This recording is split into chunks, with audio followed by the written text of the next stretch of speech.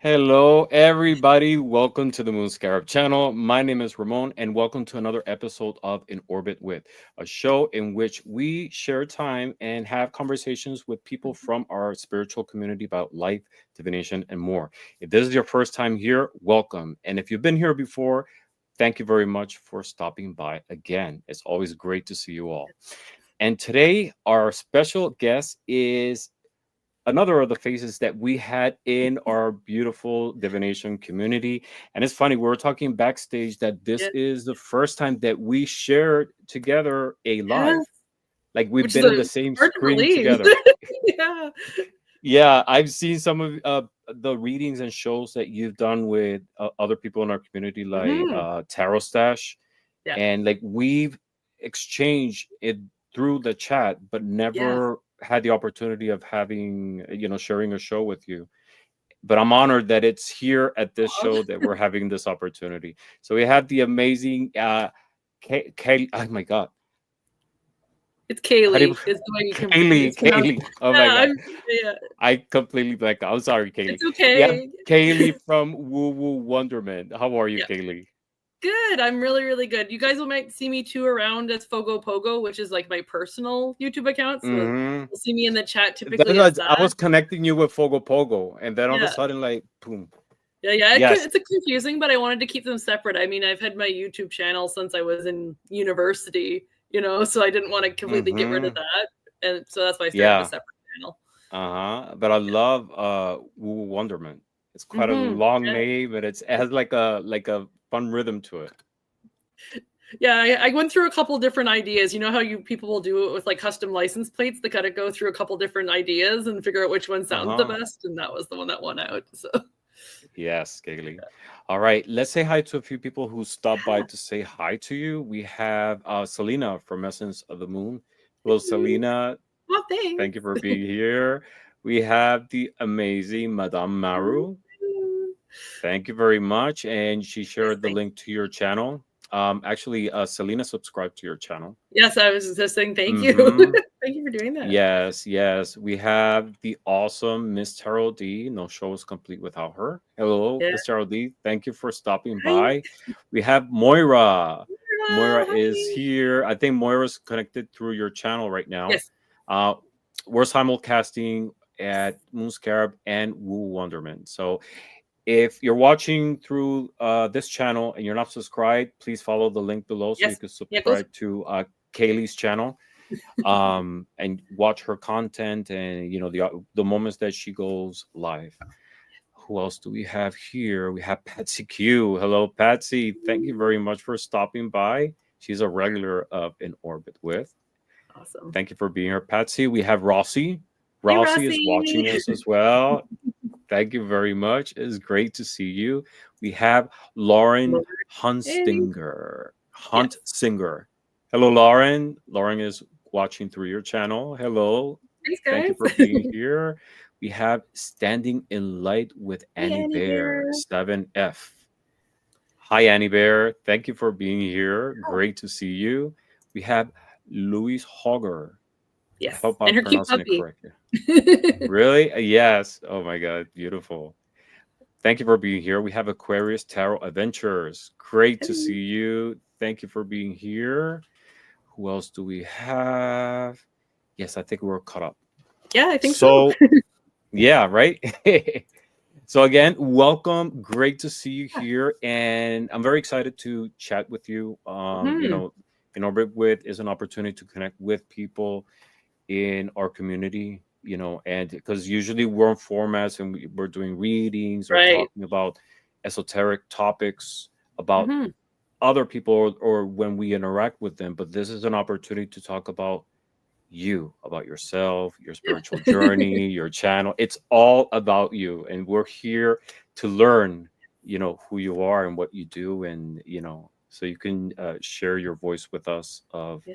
and your view about different topics. Mhm. And I want to start with, it's the name of the channel that like really Yes. catches me. Would tell us about the name of their channel and how did Woo Yeah. Wonderment come to life. So my channel name is WooWooWonderment. I like the alliteration, or I like alliterations with things. I write poetry fairly regularly and stuff like that, so I just love Yes. the sound. And the stuff, as you say, like divination, all that stuff, sometimes is referred to as woo-woo. So I'm like, Woo okay, woo. that Uh-huh. works. And then I'm like, okay. And I'm always been told as a person, I have a very much of a childlike kind of view of things, and that's kind of a gift to have. And so I was Mm-hmm. like, there's that wonderment piece, that awe, that oh wow at everything. And so I kind Mm-hmm. of was like, okay, I like the wonderment thing, and woo woo just kind of goes with it. So that it wasn't, I didn't overthink it, but that was kind of the thought process. It sounded Yeah. right. And you know what's funny? The name and the logo of the channel kind of like reminds me of Willy Wonka. I don't know, Yes. like I never thought of it that way, but yeah. it gives me that vibe. Yeah. Well, and it's funny, Yeah. the logo that I use is actually a logo that I had as a business idea, because I started my own business in January, and it was actually Uh-huh. one of the logos I had considered, and so I thought I'd carry it through and use it on the channel instead. So What kind of business, if you don't mind me asking? so right now just doing mostly Reiki, like energy healing, Uh-huh. out of my house. I started that in January officially. So I'd actually, if you go to my channel in the description, I'm pretty sure I have it linked there. I have a website and Mm-hmm. everything I have set up. Um, I do mostly in person, but I do have the ability to do sessions and stuff over Zoom as well, if that interests you. And I have a bunch of healing modalities that I've learned, and learning a few more as we go. So That's awesome. yeah, Yeah. So let's jump directly to you. Tell us about yeah, yourself, Kaylee, who you are, what who you I am. do. I mean, anything that you want to share, but in Yeah, terms of like your channel and spiritually, how do you participate in the yeah. community? Anything do you want to share for all of us who are just learning about yourself and want to learn some more? Yeah. Yeah, sure. I can start, and if people want to post in the comments if you have any specific questions that you've been wanting, burning questions you've been wanting to ask me, go ahead. So I live in Ottawa, Ontario, Canada. So I live in Canada. Oh. Um, and there's a good little group of us here. So if anybody else has been on kind of the YouTube like group, universe, I guess is the word I'm trying to think of. You'll know, for example, Jen, that's been on Tarot Stash's channel, and Tanis, who's also been on Tarot Stash's channel. They are actually two of my teachers and mentors here in Ottawa. We all live within about 15 minutes, half an hour of each other. Mm-hmm. So I've been really, really lucky in that regard. My day job, my normal day job, I actually register livestock. So you'll see a lot of joking with Gerald a lot of the time of me cow counting. So actually, I register cattle as my day job. So my 9 to 5 is registering cattle. How So is I went, that? Let's make a pause yeah. there. How do you register cattle? Like, walk us through it. Yet, Yeah. just a general overview. So I basically give them a birth certificate is the easiest way to kind of describe what I do. You know how like there's like Angus cattle or Uh-huh. Wagyu cattle, like you'll hear these different breeds referenced. Mm-hmm. So in order to be able to be called that breed, they have to have a history that's kept track of to say that Like a yes, they are that. pedigree? Like a Yes, exactly. pedigree? Okay. So what we do is we basically generate that pedigree, and then it's can be transferred back and forth to prove of ownership. It proves the animal is the animal because we do DNA testing and stuff like that too. So yeah, it's mostly data entry kind of stuff, but I enjoy it. It's a lot of fun. Mm. Janet Lee says that's where the cow comments come from. Yes, exactly. Moo. Yeah, now you know. Yeah. It's funny. It could be Moo Moo Wonderment. Yeah, there you go. Right. Yeah. Maybe I'll do a show. Maybe I'll do a show that way. It'll be about just cows. Yeah. That is so interesting. I've never met anyone who had like such an interesting day job. Well, and I wouldn't have thought about doing it, like going into university and stuff like that. It was not a job I thought I'd be doing, honestly. Like I didn't go into Mm-hmm. university to be like, this is what I want to do. But it's the whole, when life gives you lemons, you kind of, it Mm-hmm. fell into my lap when it was supposed to. And even the synchronicities with that were, mind blowing, let alone, you know, any of this other stuff that's been going on. Because that's the whole story in itself. That, as you said, you know, my spiritual journey, it was a whole bunch of just like things lining up that it still blows my mind a lot of the time, like how I got from there to here now. That's life in general, definitely. Yeah.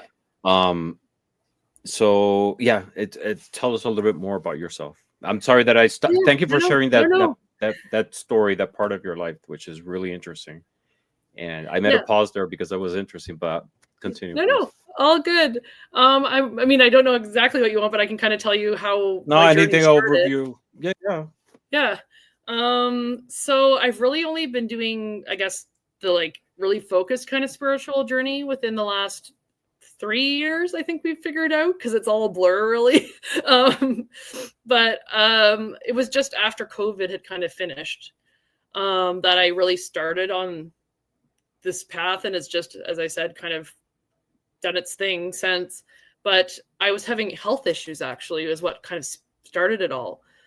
So growing up, I knew I had, you know, I had gifts. I've seen, you know, dead relatives standing next to my bed, things like that. I've always kind of had a very physical interaction with spirit, and I always felt that, whether I focused on it or not, because there was a period of my life, you know, high school kind of through university, that I really didn't kind of do any of that. That kind of went on the back burner. But that interaction, I think, has always kind of still been there. But anyway, so right after COVID, I was having issues with my throat. So to the point where I was becoming physically ill every morning, because I felt like I couldn't breathe. It felt like I was breathing through a straw. So I went to the doctor, you know, got scopes done, biopsies done. We're trying to figure out, you know, is it because of medications I've been on, all that kind of stuff. And they were finding absolutely nothing that, you know, was causing it. And so I'm like, okay, well, I've exhausted everything else except for the spiritual side of things. And so I had a friend at the time, actually, that I went to school with, that came and helped at my job, as like doing the cattle registration stuff. We had some catching up that we needed to do. So like needed extra help. And so she came in temporarily. And at that time she had her Reiki 2. Like she'd had her Reiki 2 training. And so I was telling her what was going on, and she's like, well, let me try Reiki. Like, it doesn't hurt, you know, let's try it, see if it makes a difference. And she herself is strongly intuitive, come to find out, you know, years later, that we've actually had past lives together, which makes complete sense. But she did the Reiki session. It made a huge difference. And so she's like, well, I think with what's going on, I think you need somebody with more tools in their toolkit than I have. I'm like, okay, fine. So she's like, well, here's a list of people, one of which was Tanis. And so I contacted Tanis, did a discovery call, and more or less the rest is history. Come to find out that basically will be working on it, learning, channeling. Anytime I channel, my symptoms go away. So there's that piece of it that I've discovered. You know, there's the mediumship piece that I know will come when the time comes. I've been working on that, working on the channeling piece. And then of course, the cards kind of just came into it as well, just kind of following suit, because of course, once you get into this stuff, you use card reading a lot of the time to learn how to tap into your intuition. So it just kind of is the natural next flow. And so because of all of that, knowing Tanis, I came to know Gerald, and then I came to know the YouTube community. And through seeing Gerald and his encouragement, you know, backstage and just stuff like that, and having had a chance to have some classes with him and stuff, he's like, you should start a channel. And I'm like, I had never thought about it. I'm like, oh yeah, I'm going to do a YouTube channel. But yeah, so with his encouragement and mentorship, we actually just celebrated the 1-year anniversary of my channel at the end of last month. So yeah, but yeah, it's been a whirlwind. Happy anniversary. Yeah. Thanks. Yeah, That's I started awesome. day after my birthday last year. So yeah. Oh, okay. So you were talking about Reiki for people who Yes. don't know what that is. Can you give an Yeah. overview of what of Like what Wild Raven just said. what it, Gerald is the godfather. He really is. he is for a Yep. lot of people? Yep. Yep. My nickname for him is he's a Tunkle. He's a tarot uncle. Him and Richie together. I like They're that. Man Uh-huh. Tarot. They're the Tunkles. Dunkel. Yeah, tarot uncles. So what is Reiki for those who don't know what it So is? Reiki is it's an energy healing modality. So you hear like, what's energy healing modality? So basically, Cole's Notes version. So there's you hear talk about source energy. So what the Reiki is just a specific kind of vibrational or level of vibrational energy from source that that comes through us. We're just a channel. So like when I'm giving Reiki, if I'm doing it right, I'm actually getting Reiki myself. I'm giving Reiki to the person. And so it really it's hard for me to describe in the sense that I have other healing modalities now that I do too. But for me, Reiki energy is like a hot, kind of warm energy coming through my hands. My hands get very hot when I'm doing Reiki. But it's aligning your chakras in your body. It's going through those layers of your aura, clearing stuff that can get stuck in your aura. Like we can get sludge and dust and everything that gets stuck in our auras. So the Reiki energy can help with that. It's using your own body's energy too to heal itself, just to basically help yourself get back in flow. Because I'm going back from memory, so I may be quoting this wrong, but like Reiki is basically like life force energy, and so that's what you're using. And then really any other energy healing modality is using the same kind of thing, except it's just a different frequency. Because, for example, I have Aqualead, which uses the water in the body to help with inflammation. It's very cold. It's very cold and kind of flowing and watery as far as a feeling. I also have a bunch of galactic healing modalities I've now learned as well, and they can be like Reiki, but some of them are more like pulsing or more like tingly. But it's all just using different kind of the different vibrations of source energy to kind of help us heal, which I love. So basically what you're doing is tapping into a universal force Yes, yeah, for exactly. healing, while at the same time, while you're doing these sessions as a healer, Yeah, you're being a conduit of these energies through you to be able to amplify it or right, exactly. Yeah, handle it. yeah. I don't want to say manipulate it, but try No, like control it or direct it yes, that'd be properly. more like it. Yeah, it's more of a Yes. directing of it. Yes, yeah, we can just help Mm. it focus more. Because if you think about it, you hear, we come from source. So the source Hmm. energy is really just, it's what we're made of.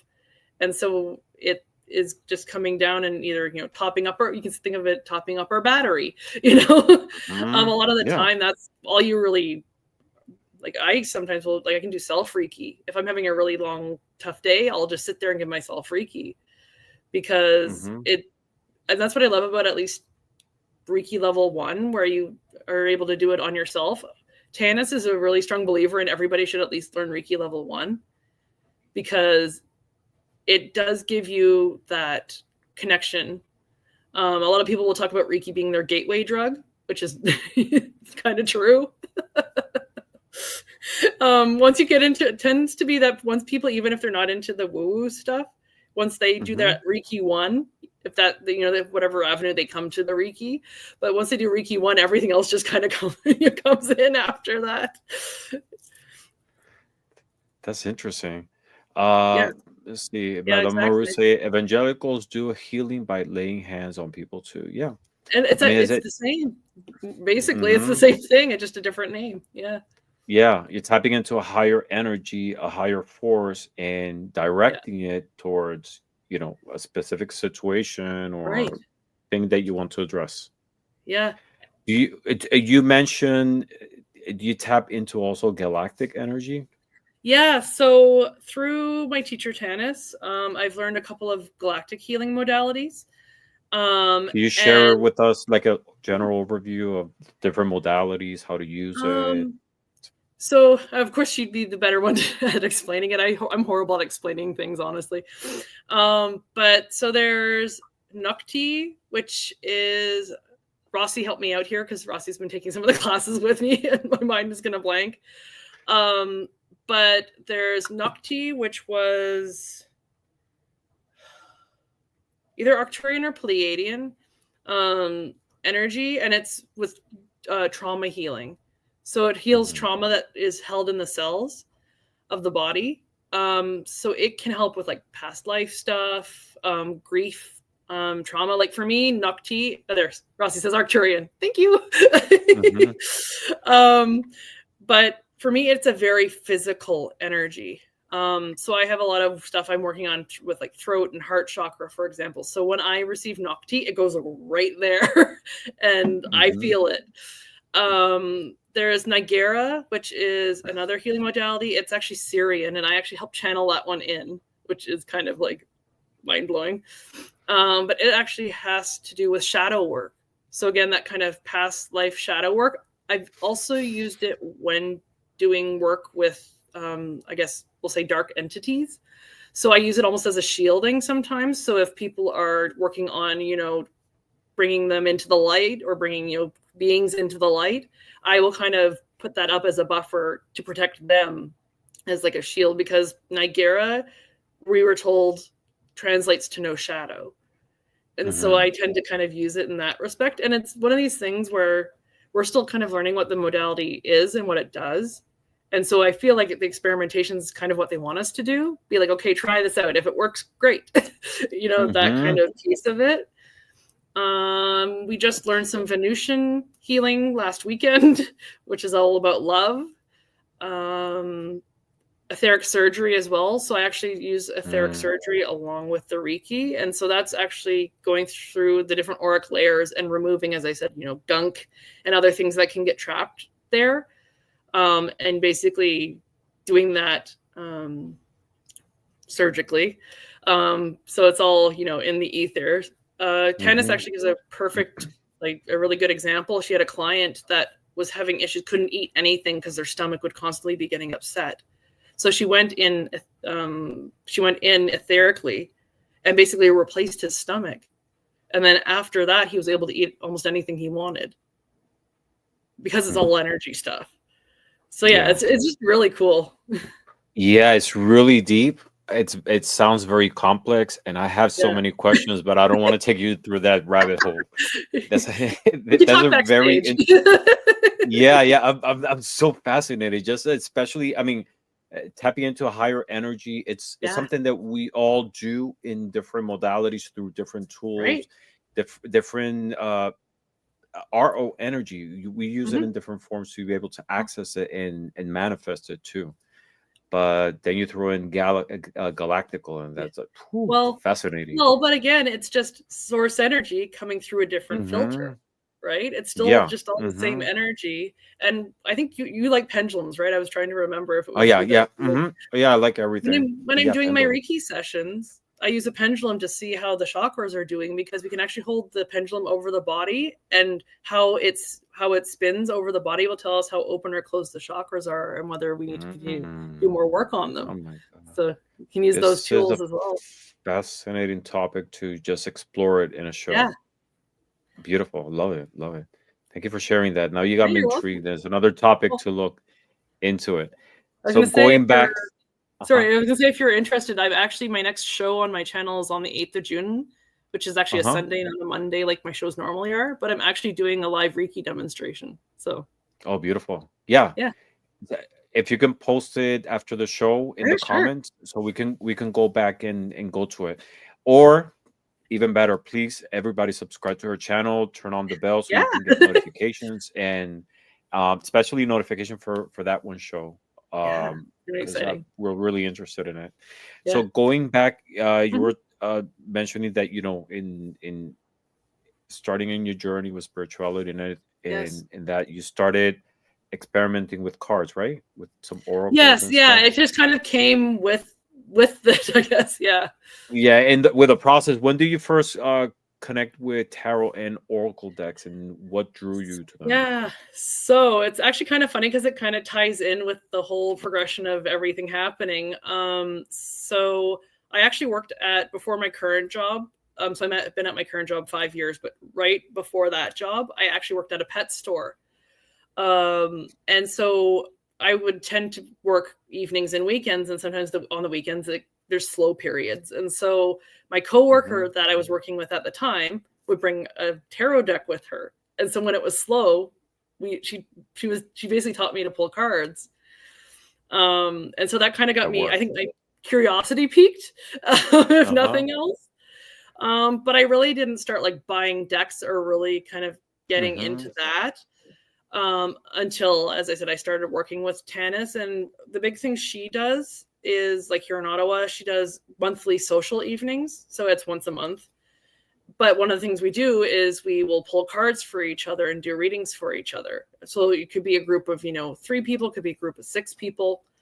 But we start, so of course then that gets me exposed to, okay, I've used tarot before, but I kind of struggle. I still struggle a bit with like understanding what all the different cards mean. But then I was introduced to oracle cards. And of course I find the oracle cards easier to read for myself personally. And so I'm like, oh, oracle cards. So of course then I'm like, I want that one and that one and that one and that one. Yeah. Which was your first one? Because that story ties in my deck, which we're going to get to. So yes, we're going to go into that because Caleigh is also a deck creator, and I'm so fascinated. Yeah. I'm very excited to share your deck here because it's beautiful. Yeah. Well, the deck I actually made for the coworker that was doing the tarot readings, because I'm like, oh, she does tarot readings, and we work with dogs, so that's how that tied in. But my first ever tarot deck was this one. Put you on the big screen. Yeah, the Ethereal Visions. Yeah. Yes, I know that deck. Yeah, it's always kind of been the old reliable. I have a couple other ones I'm starting to kind of play with. I've been really lucky in that. So we have Chapters or Indigo here, which would be like Barnes and Nobles down in the States. And they've been a lot lately. They've been putting like decks on clearance. So I'm getting like decks for like $8, $10 when they're usually like $30, $40. And so I'm like, okay, I don't feel so bad buying this if it doesn't work out. Right. But I've actually found a couple that I really, really love. What's the newest one? This is, I think, one of the newer ones that I'm absolutely in love with. What's it called? Tarot Landscapes. Yeah. I just love for me, my big thing with any deck, Oracle or otherwise, is I have to connect to the artwork. And so this one I absolutely loved the artwork when I saw it. And so, yeah, I got that one for that reason. Because it doesn't matter what it's about. I have to like the artwork. No, I think that's the case with everybody. You really have to connect with the tool, in case of cartomancy and specific with oracle cards and tarot. That's why there's so many topics and styles, and it appeals to different people. Right. And that's part of the experience. That's how you connect with it. And a lot of times people read not necessarily with like the typical, keywords or meanings of the cards. They go deeper into the specific artwork that a lot of times is different from the traditional one. A new interpretation, and you find another layer of meanings. Yeah, and I think that's what expanding out, not from just, I guess, what you'd call like the normal tarot. So like the landscape one, for example, it's, I think, going to help me understand more maybe some of the meanings of some of the cards, because I'm not trying to see it in the context of, the normal kind of rider weight illustrations, I guess. So yeah, I think it's going to help in the long run of me getting more comfortable with the tarot for sure. Yes, and definitely you mentioned oracles, you mentioned tarot. Any other form of divination that you use? You mentioned pendulums. Yeah, I use pendulum more with my healing, but I have used it like in readings and stuff before too. Yeah. And Lenormand, of course. Yes, yeah.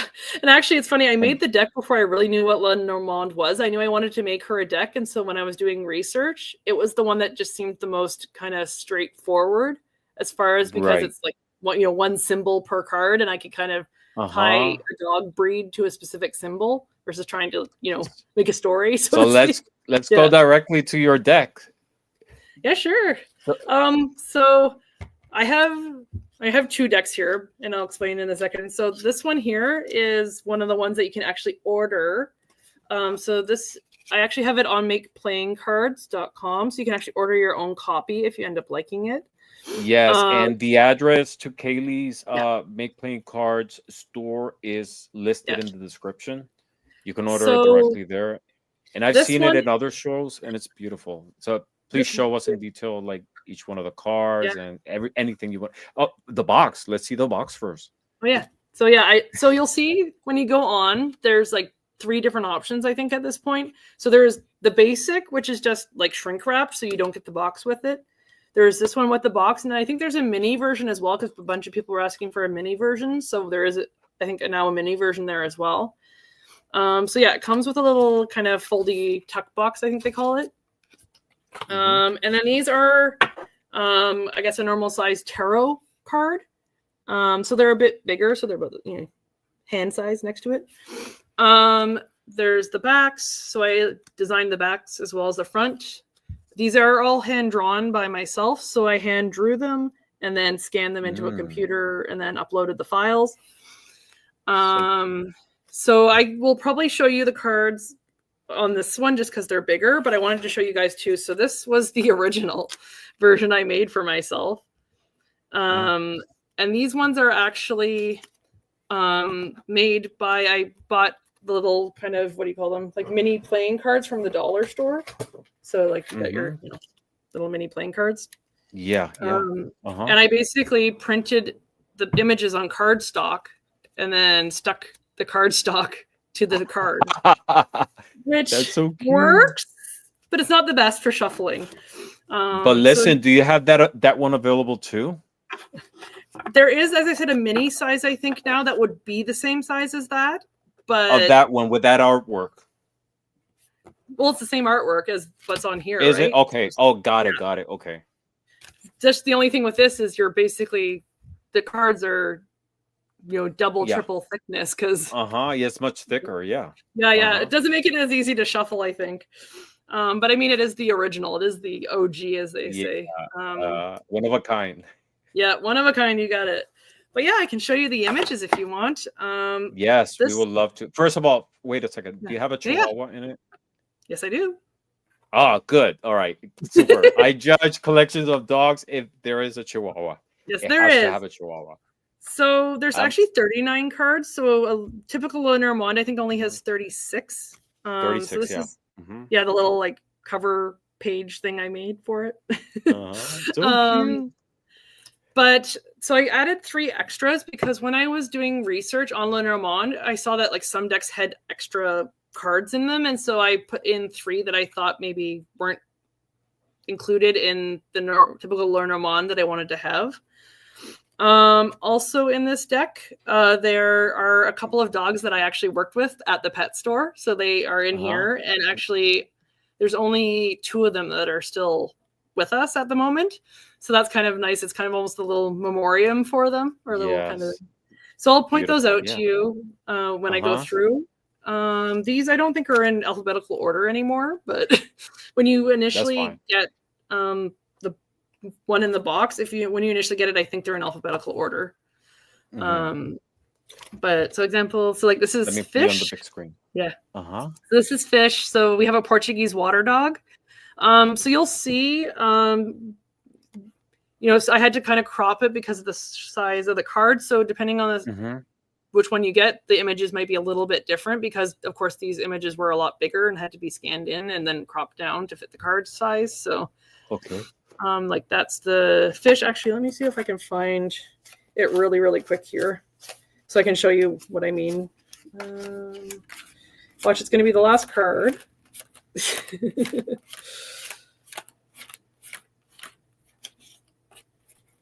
There it is. Yeah. So, for example, this is the original artwork, and then this is the card. Okay.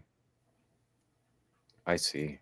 So yeah, you can see it kind of had to be cut down for the format, but I think the mini decks should be similar to the original in the sense that they have the same dimensions, so they should hopefully work out. This one was a Saint Bernard, so there was a Saint Bernard that I worked with at the pet store. So I'm like, what dog do I choose for dog?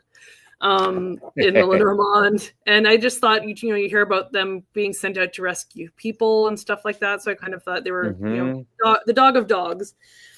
Yes, embodies the energy of dog. So this one's Key. So it's a Malamute because they're good kind of home guardian dogs. So I tried to tie in the breeds a little bit with the meaning of the cards. Right. Golden Retriever. So the letter. Retrieving the letter. Beautiful. Yep, love it. Anchor. So this one's a Newfoundland or a Newfoundlander. That one was an obvious one. Some of these were a bit harder for me to figure out, but like this one was a automatic. I know what one I'm going to use, and especially being Canadian, Newfoundland. Right. So love Maltese for the ring. And I think that this had something to do with like loyalty or something like that. There's reasons why I chose them. I don't remember them all now, but the cross is the pug because they always have the sad, mopey faces. So I love it. And then an Akita for heart. So there's a story over, I think it's Japan, where there was an Akita that would go to meet its owner at the train station every day, and then the owner passed away one day, and the dog kept coming back every day. There's a statue there. I can't remember the name of the dog at the moment, but anyway, so the Akita I thought was good for heart. There's your Chihuahua. So for mice, that's your Chihuahua.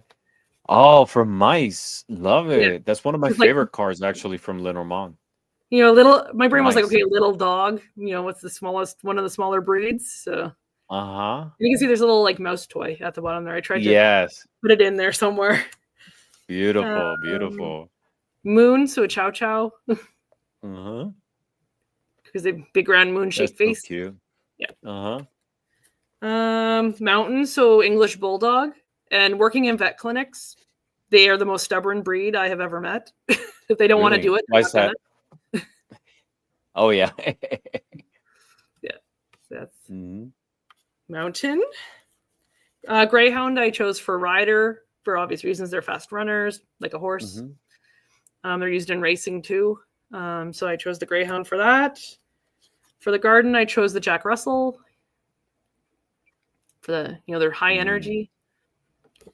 Tower, this one was an easy one for me. This is my favorite breed, the Irish Wolfhound. So Tower, because they're one of the largest dog breeds out there. So I chose it for that reason. This is one of the additions. So this is bed. So this is for dogs. So this is a dachshund. Because they're very lazy dogs, actually. They like to sleep a lot. So when people buy the deck, there isn't necessarily a guidebook for it. So, make up your own meanings for these cards. And you can always, I guess, take them out if you didn't want the extra cards. Bad. This one, I love it. That reminds me of the energy of comfort, like Four sleep, of Swords. Rest. Yeah. Yes, exactly. You got it. Enjoying. Yeah. Beautiful. And then, so this one, when I initially did the illustration, I'm like, I don't know, but I feel like dog people will understand. So it's birds, but it's a duck-tolling retriever. With the sleeping duck. Sleeping duck in its mouth. Yeah. That's such an interesting take on it. Love it. And then papillon. So papillon for book. Because papillon in French means butterfly, and butterfly has wings. And I thought about, like books have wings, leaves, So that was the tie-in with that. Bouquet. So Bernese Mountain Dog with the derpy face. Happy dog. Beautiful. Flowers. Yeah. Child, I decided to use a corgi and a corgi butt because you gotta have a cute corgi butt. Love the angle. Yeah. The images are beautiful. And then for the snake card, I really was happy with how this turned out. I put the snake as the path because I know a lot of people have issues with snakes, for example. So the beagle I thought was perfect for this because, once they catch a scent, it's hard to get them off the scent. And so that kind of described the meaning behind the snake card. This is one of the extras. So this is spirit. So I know a lot of people are like, oh, it's a cholo dog, but it's actually a bull terrier. And there was a reason behind why I chose the bull terrier. I couldn't tell you offhand right now, but if you look up the meaning or what bull terriers are all about, I think it matched perfectly. So for Star, I of course had to do a collie because of Lassie. Yeah. Love it. Oh, so the stork was a hard one, but I'm like, okay, storks have long legs, Great Danes have long legs, so let's do that. This is one I was kind of upset about in the sense that it got cropped off more than I would have liked, but I think you still get the idea of which breed it is. This is the sun. So this is actually one of my friend's dogs that I worked with at the. That's a beautiful card. Yeah, that I worked with at the pet store. So that's exactly her coloring. If I showed a picture of her to you, you'd recognize her from the card. Her name was Lux, or is Lux. But yeah, she's a border collie. I think they call it a tricolor border collie. But yeah, I thought she'd be perfect for the sun because she was just always so happy all the time. Love the energy of that card. It looks very powerful. Yes, it makes me happy looking at it. So I guess that works, right? Yeah, totally. The fox. So I have foxhound. Oh, this is the other one that I added was incense because I'm like, doing a dog deck, I need to have a dog doing the downward dog. So, perfect. Yeah, so it's a Weimaraner. And it's incense. So if you want to use it in terms of, as a meaning as far as like ritual or something like that, you can take that meaning. So this is bear. So I chose the pit bull for this one. They were used in bear fighting, so I think that was partially why I tied that in that sense. But this is actually Miss Jackson, so a friend's dog. She recently passed away about 2 years ago. So she's one that is no longer with us, but it's nice that she's kind of, immortalized in these cards. Ship. So this one was a Pekingese, I believe. You get that like Asian influence. Crossroads. So this is Esme. Esme is was my boss's dog. She's still alive, but we're actually still friends, which is kind of fun. We no longer neither of us work at the pet store anymore, but we remained friends. So this is Esme. She's a French bulldog, and so I chose Crossroads for her. She looks exactly like that as well. And then I used whip/rod because I saw, them kind of interchangeable in the decks. And so I used German Shepherd because it's talking about, that kind of strictness that you think of, in the military or in police work where they use German Shepherds a lot of the time. And then of course I had to have the little like Canadian bit in there with the Canadian flag. Coffin. So this was an easy one for me. So this is a Pharaoh hound. Hence why you have more of the Egyptian influence as far as a coffin goes. Yes. Clouds for the Basset Hound. Floppy ears. And then you'll see there's two cards that are almost identical, which are for woman and man, but I colored in the little like things on the wall for it. So you have a black poodle and a white poodle. Let me see. Do I have it? Yeah, so this is the man one. So you can see I just colored in. Oh, I see. Yeah. I see. That's clever. Lily. I have Cocker Spaniel. House, so a Labrador. This is my, the friend that I made the deck for, this was her dog Dexter. He has since passed, but he's again immortalized in the deck. Scythe. So this one is the Dalmatian, and I tried to make the tail kind of the scythe shape. I don't know if I succeeded, but no, it looks great. Love it. Clover was an easy one too, so Irish Setter. And then the last card is the tree, and I used the Great Pyrenees because they're very kind of steadfast, solid animals are used for livestock guarding and such. So Love it. I need one now. Now I love it much more because I see like a Yeah, couple of cards in readings, but I need that deck. It's beautiful. I love the artwork, love the style, but also like the energy yeah, because like and like I love how you tie the breed with the energy of the card, I I and really you give tried like to. you did an amazing job, Mhm, especially with the snake one. I was like so impressed with how you tied up, that the yeah, spirit of the card with mhm, the breed itself. And I love the new addition of bed. I think that was really yeah. clever. Love it. Yay, I'm That glad. was amazing.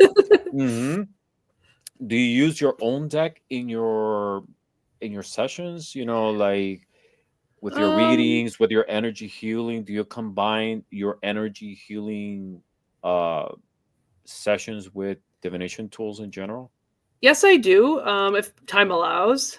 So I do Mm-hmm. offer it as something that people can do if they're interested in that. We can do a session and then do a card reading.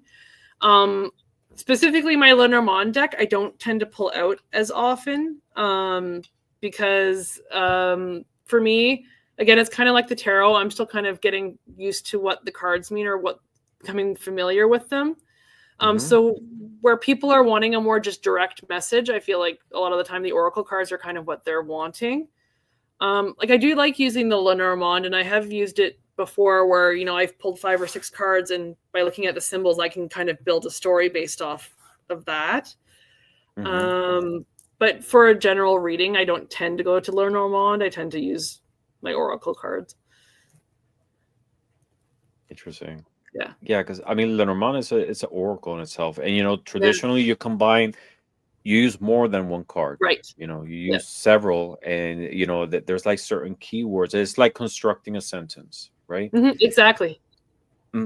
Traditionally, that's how it is, and there's some keywords associated with it. But again, with a lot of divination tools, it's really a personal journey. Yeah, Some people I combine different divination tools, tarot with hmm Lenormand and other forms, yeah, dice, etc. I like layer it, and a lot of yeah. times I just pull one card, to complement the meaning. Uh, on occasions, I read reversals with Lenormand, hmm which is not even a thing either. Right. Or I line them up in spreads and use like spreads with specific Yeah. uh, assigning meanings to different positions using Lenormand, or even with different divination tools incorporate. So it's really Mhm. what works for you, what appeals to you at the end, you know? Well, where you mentioned like dice, for example, I've been trying to like learn how to use the dice in divination. So I do have a bunch of dice because I play D&D and stuff like that as well. So I already had the dice. Uh-huh. Um, Yeah. I haven't had much practice because other than my kind of small group of friends, I mean, I guess do self readings, which I tend to do anyway. Um, but I think that kind of goes hand in hand with the rest of my spiritual work in the sense that I don't tend to set time aside for it either. So Mm-hmm. like meditation, any of that. Yeah. So yeah, that's probably my little Caleigh's note work in progress. um, Mm-hmm. but I'm trying to think. I'd like to, as you said, like layer. I do like to do that where I'll take like 2 or 3 different decks and kind of layer them, and it's really funny when the same themes all tie in Mm-hmm. together. So yeah, maybe you've kind of gotten me like I should maybe start maybe trying to use the Lenormand a little bit and Yeah. It's kind of round out those readings. yeah, and it's interesting that you created a deck that you really don't master it yet. Right. Maybe as it's maybe you do more than you believe, but Well, it's yeah. but you had the advantage that the cards, and Right. you already have a the essence of the energy of each one of them, Right. because you already worked through that process of assigning it Mhm. to breeds.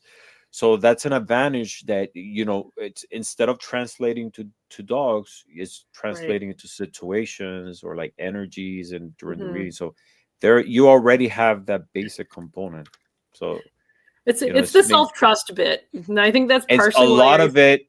A lot of sometimes we get too much into our heads thinking And that that's I don't. always been my I, problem. Yeah. Yeah, yeah. Yeah. But I believe you have a stronger connection with it more than Mhm. than you imagine. Well, and I think that's partially why I started the channel, was to try and kind of get me out of my head and be like, okay, everybody, this is the stuff I find fascinating. Let's explore this together. Mhm. Yeah. So yeah, it's been a good help in that sense, because like, as I said before starting the channel, I wouldn't have thought I would have started a channel. I mean, I couldn't stand up, in high school, I couldn't stand up in front of a class and do a speech. So the fact that I'm, talking to hundreds of people in theory on YouTube and doing okay, I never would have thought would have been a thing. It's therapeutical, having a Yeah, it channel is. and sharing with people. It's Yeah. today I had a shitty day at work, Yep. stressful, and Yep. but just sitting here and having this conversation like clears everything. It So does. It really definitely, does. it's anybody, if you have the opportunity of making your channel, please do Yep. engage in the channel with people, even if you have one person watching. Doesn't matter. Well, It's and really go ahead. no. I mean, you really have a voice that you can share. There's Mhm. always something that you can bring into the community, but at the same time, it's healing, for yourself. Yeah. Well, the big thing that I was told, what the wise words of Gerald is, if you're going to start your own channel, don't start with a character that you have to then try and keep up. Like, I think the fact that, like your channel and my channels are succeeding is because we are ourselves. The people are seeing the authentic us, and I think that is what makes everybody's channels great. If you look at any of the other YouTubers, same thing. Like Gerald's his authentic self. Like, and I mean, not everybody is going to be for everybody, but that's why there's so many of us. Same goes for energy healing. You say like, oh, everybody is learning Reiki. How can there be enough business for everybody? It's because you're not going to connect with everybody. Yeah, you bring something different. It's your own energy. It's like you were talking earlier. You tapping into a higher energy and directing it using your own energy, and it's basically the same thing. Yes, you are, Miss Tarody. What does she say now? I'm lost in the comments. She says, I think I'm authentic. We all are. I think so. In our own way. Yeah. So we have Bill from Tools of Fortune, and Bill is also a deck creator. He's an artist. Cool. Beautiful artwork. Nice. I don't know if you guys ever connected, but he has. Think so. Yeah. He's, oh my God, he's a poet as well. There's a lot of very talented people who write poetry in our community. We have Heather, we have Jeff, we have Bill, you. Yeah. There's so many. And it'll be interesting that you guys connect one day. He has an amazing show late at night. He's on the West Coast. Okay, so probably super late for me then. Yeah, and he has this tarot coloring book, which cool. he having a conversation with you, and at the same time you choose the colors and together paint it. It's a beautiful format. It's really cool. That sounds really cool. Yeah. Subscribe to his channel. Bill, subscribe to hers, and hope you guys connect. We have Jeannie, who stopped by too to say hi. Hello, great to see you. Janet Lee, I'm not sure if I said hi to you, but thank you very much for being here. Great to see you. That'd be an interesting mix. Yes. So I mentioned poetry. Yeah. Tell us about you as a poet. How does poetry and art enhance your connection with divination? For me, actually, I think it actually has helped me kind of explore tarot. It was, again, a kind of gateway drug in a sense, because I was actually starting out with Heather doing some of her tarot nights, or like her poetry nights, sorry. Where we, like draw one or two cards and then have to write a poem based off of it. I mean, I've always written poetry. I learned from my mother. My mother wrote poetry most of her life, so I've been writing it since, I was in elementary school. I'm more of a structured poet, I guess I would say, in the sense that I like my poems rhyming versus I know some people are free flowing. But yeah. I like both, honestly. It's good to play with both structures, you know, no Yeah. structure at all. You know, in reality, to me, anybody could write a poem. You know, Right. it's because really it's an expression of who you are. It's just words, you know, you Mm. construct it in whichever way you want. It doesn't have to, I don't know, it's like art in general, you know. Well, and you're It can't be speaking of like art restricted. and Hmm. intuition. So like one of the things I'm working on, it's not done, but I'm actually been painting light language. Light language. Yeah, so you hear about like Tell us more spoken about light that. language. Uh-huh. So you hear people talking about it, you know, where they're speaking a language other than like English. It sometimes can just sound like, you know, gobbledygook if you want to use that word. Like speaking in Um, tongues. yes, that would be another kind of way Hmm. of it's I would say same or similar. So a lot of the time it'll be, you know, maybe a specific kind of language from, you know, a specific race, if you want to say like an alien race, for example. It doesn't Hmm. have to have a defined kind Right. of Understandable. background. Yeah. Yes. Uh-huh. But for me, like it comes through as spoken sometimes because of course being a channel.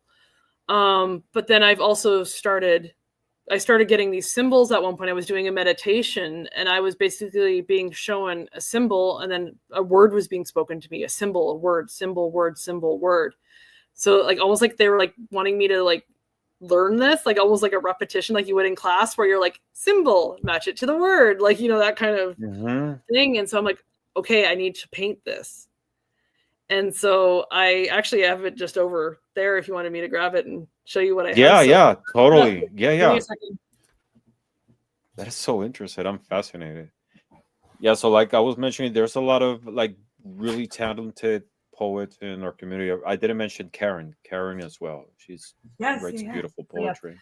I'm hoping that it'll show up with the light, but I'm not completely done it yet. Yes, This was the kind of the let first me panel. put you on the big screen. Oh, I So it gives love you an it. idea. This one I'm probably going to end up redoing. I'm Hmm. not happy with it, but as all artists are, but Those are beautiful. That'll be amazing for like a fabric pattern. yeah. So my plan is like between where you see these white sections is that I'm just going to blend like blue or sorry, like red and yellow together to kind of fill in Uh-huh. those spaces. But Like a transition between one and the yes, other. exactly. And I've been getting a Mm. feeling like each of these are like different, like I don't know, use the word genre, but like different types of light language. So like this one felt Mm-hmm. very Pleiadian. This one feels very almost solar. You can see it's a bit more kind of jaggedy and sharp. Uh-huh. And then this one's Venusian, so it's much more flowy and that kind of love kind of feeling My you get. God. So yeah. Mm-hmm. But yeah, it I'm was blown just away by the, oh my goodness, it's beautiful. well, and then I have some other ones in progress over there too, but What did you use? Are those markers or acrylic paint. Yeah. wow.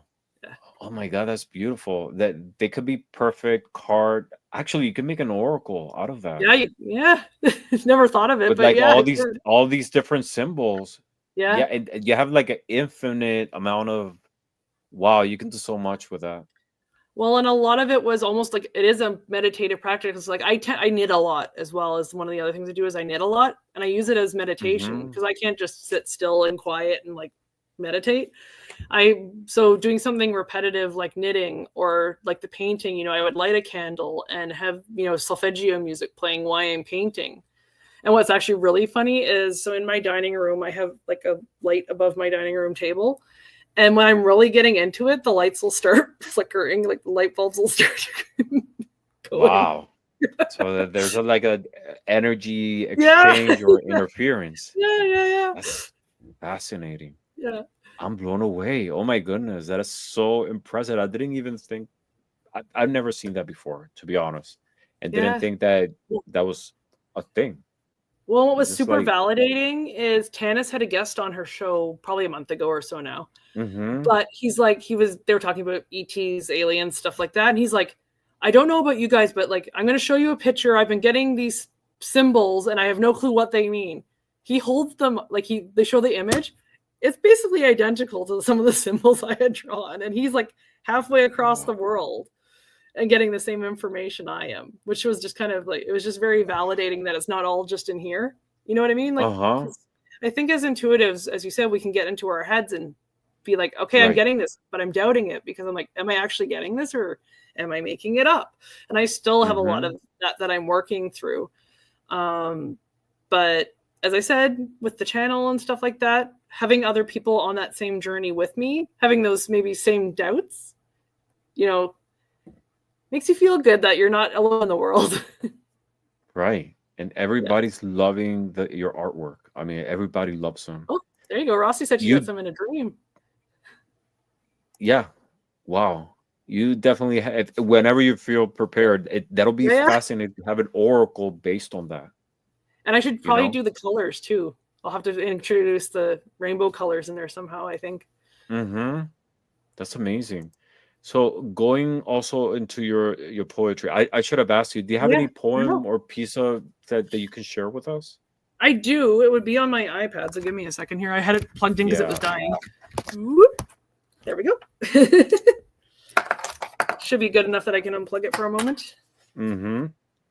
Yeah, because I actually have a couple I've saved over the years.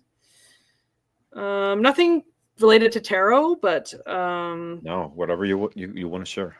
let me see here.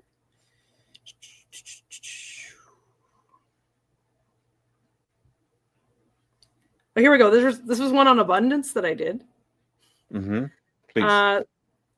I manifest what's meant for me. Abundance, yes, but not the type that grows on trees. While money's nice, it's more than that. It's soul deep abundance. Roll out the welcome mat. Friends amassed, the authentic kind. Family close, gratitude you'll find. Looking within for that lost spark, like the piece of land to Noah's Ark. A warm place to sleep, full belly and heart. Each of these things plays an integral part. Abundance can make a lot out of a little if only you dare to solve its riddle. Beautiful. Yeah. Beautiful. And and expresses that, abundance is not necessarily the material, it's a Yeah. state of mind, right? See, It's and they're finding that coming in. rich. They're making my ear itchy. As soon as I started reading, I got chills, and they're like, "Hello." I'm like, "Stop, go away." You have a strong connection. Yeah. Yeah, abundance is a state of mind. It's not necessarily the material. It's how No. you visualize it's all those resources around you and inside of you as well.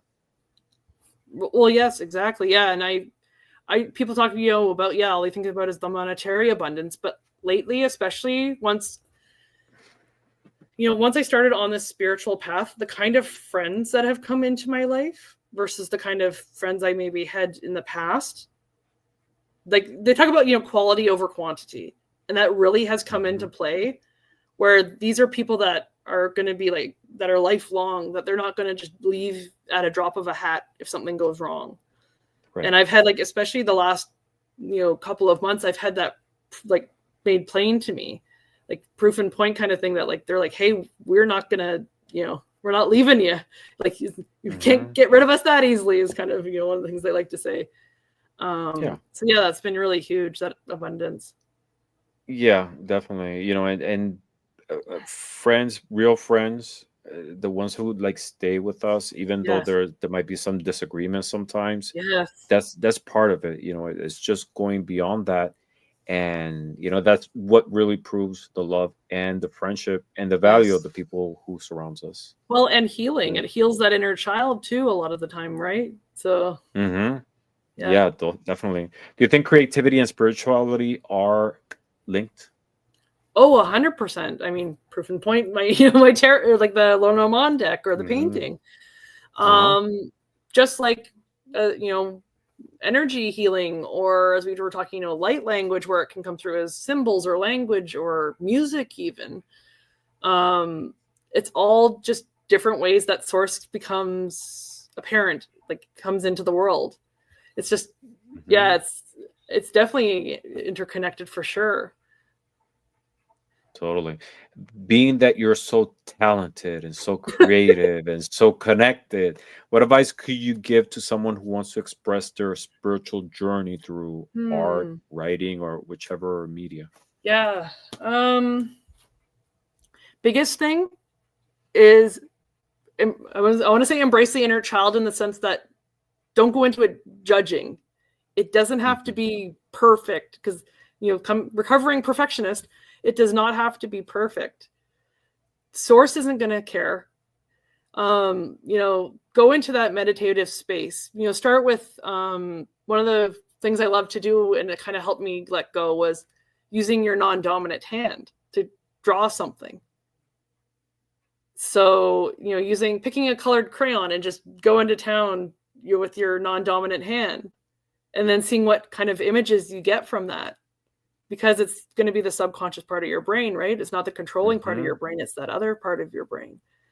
Right. So it's like activities like that, or one of the ones I like doing too is like getting together with a group of friends and picking some words like hope. What does hope mean to you? And then everybody can, everybody's going to draw something different, but then you can have a discussion around that. Or what does abundance look like? Or what does, so again, it's going in with no judgment, no structure necessarily. And just letting it flow. And actually, where I get in my head so much, that creativity piece is what allows it to flow, because it goes through a different part, right? It bypasses this and just goes. So for example, with my channeling, I have issues a lot of the time of, I have the message come in, but I can't get my mouth to speak. I can't get my tongue to move. So I'll start singing instead, which will get it flowing. Or I'll do automatic writing as another perfect example of, again, it bypasses this and lets it come out. So actually in my sanctuary, I actually have a place in my sanctuary that I can go to sometimes when I'm trying to channel. And what I imagine, or like what I picture in my head, is writing it down on the piece of paper and then reading it from the paper. And again, it bypasses the thinking a little bit and allows it to flow. What's your sanctuary? So it's a meditative technique that I learned from Tanis. I don't know how common or it's not a physical place. No, it's not. Okay. So it's a mental space that you can go up to, where you can like speak with your higher self. I have a lot of like my guides and my spirit animal guides and stuff like that are up there. So it's a place basically to get you out of your thinking head and to kind of step back. The way it's been explained to me is it's kind of a spot kind of right about here that you kind of will step back when you go into that meditative brain space. Yeah. To give you perspective. Yes, exactly. Yeah. And it changes over time. Like my sanctuary, when I first started, was a tiny little room. And now it's actually on a ship out in the middle of water somewhere. Wow. So yeah, it's been changing, which is kind of funny.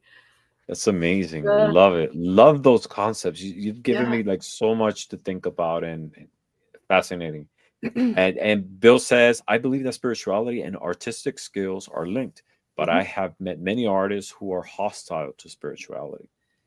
And I think that's something, they need to work through. I mean, it's what am I trying to say here, guys? Come on, help me out. You keep talking and I'll try and format my thoughts. No. I'm saying it. I think a lot of it has to do with what is your concept of spirituality. Some people think of spirituality as religion, as dogma, when in reality it's something much deeper, which is part of who we are, right? I think it's something to look at, is that, so that hostile to spirituality is like, is it because they were just brought up in a very rigid kind of mindset? They weren't taught to kind of look beyond or look outside of, that rigid structure. Even it'd be interesting to see what their art maybe looked like or looks like. I'm not saying that it's wrong, but it would maybe just be an avenue or an area that they would maybe need to, look at to work on. Yes. Yeah. I think Bill and you will definitely connect beautifully. You both have like a very similar open energy, which is, I can see you guys working together great. Janet Lee says, love this from Caleigh. Nice tips. Yeah, those are really interesting tips. Beautiful. It's all up there. Yeah. Let's go into, we are at 1 hour and 10 minutes. Are you okay to chat a little bit more? Yeah. Super. Let's go into some more woo-woo things. Ooh, okay. So going through, things that you mentioned before, you believe in reincarnation and past lives. Oh, yeah. I mean, starting into this, no, probably not. I mean, I knew of the concept of I went to a Catholic school, but we had world religions class. So I heard about, like Hinduism, Buddhism, and their concepts and beliefs in reincarnation, for example. But I've felt and seen so much proof of past life and stuff like that I can't not believe it now. Do you have, and is this from external sources, or do you have any personal stories that like cemented that? No, personal for sure. You want to share? Can you share? Yeah, I can try and think of some. So please go in as much detail as you like. Sure. So the first one that popped, the one that I mentioned, I got my friend that kind of got me on this path. Her and I don't have memory of the past life we share, but I believe her as a person that she's not going to lie to me. So her and I have shared a Pleiadian past life, so as extraterrestrials. But for example, one of the ones that I remember most vividly, and it was one of the first ones, and I'm like, what the hell is going on? Was I was in a session with Tanis. So I do one-on-one sessions with her once a month.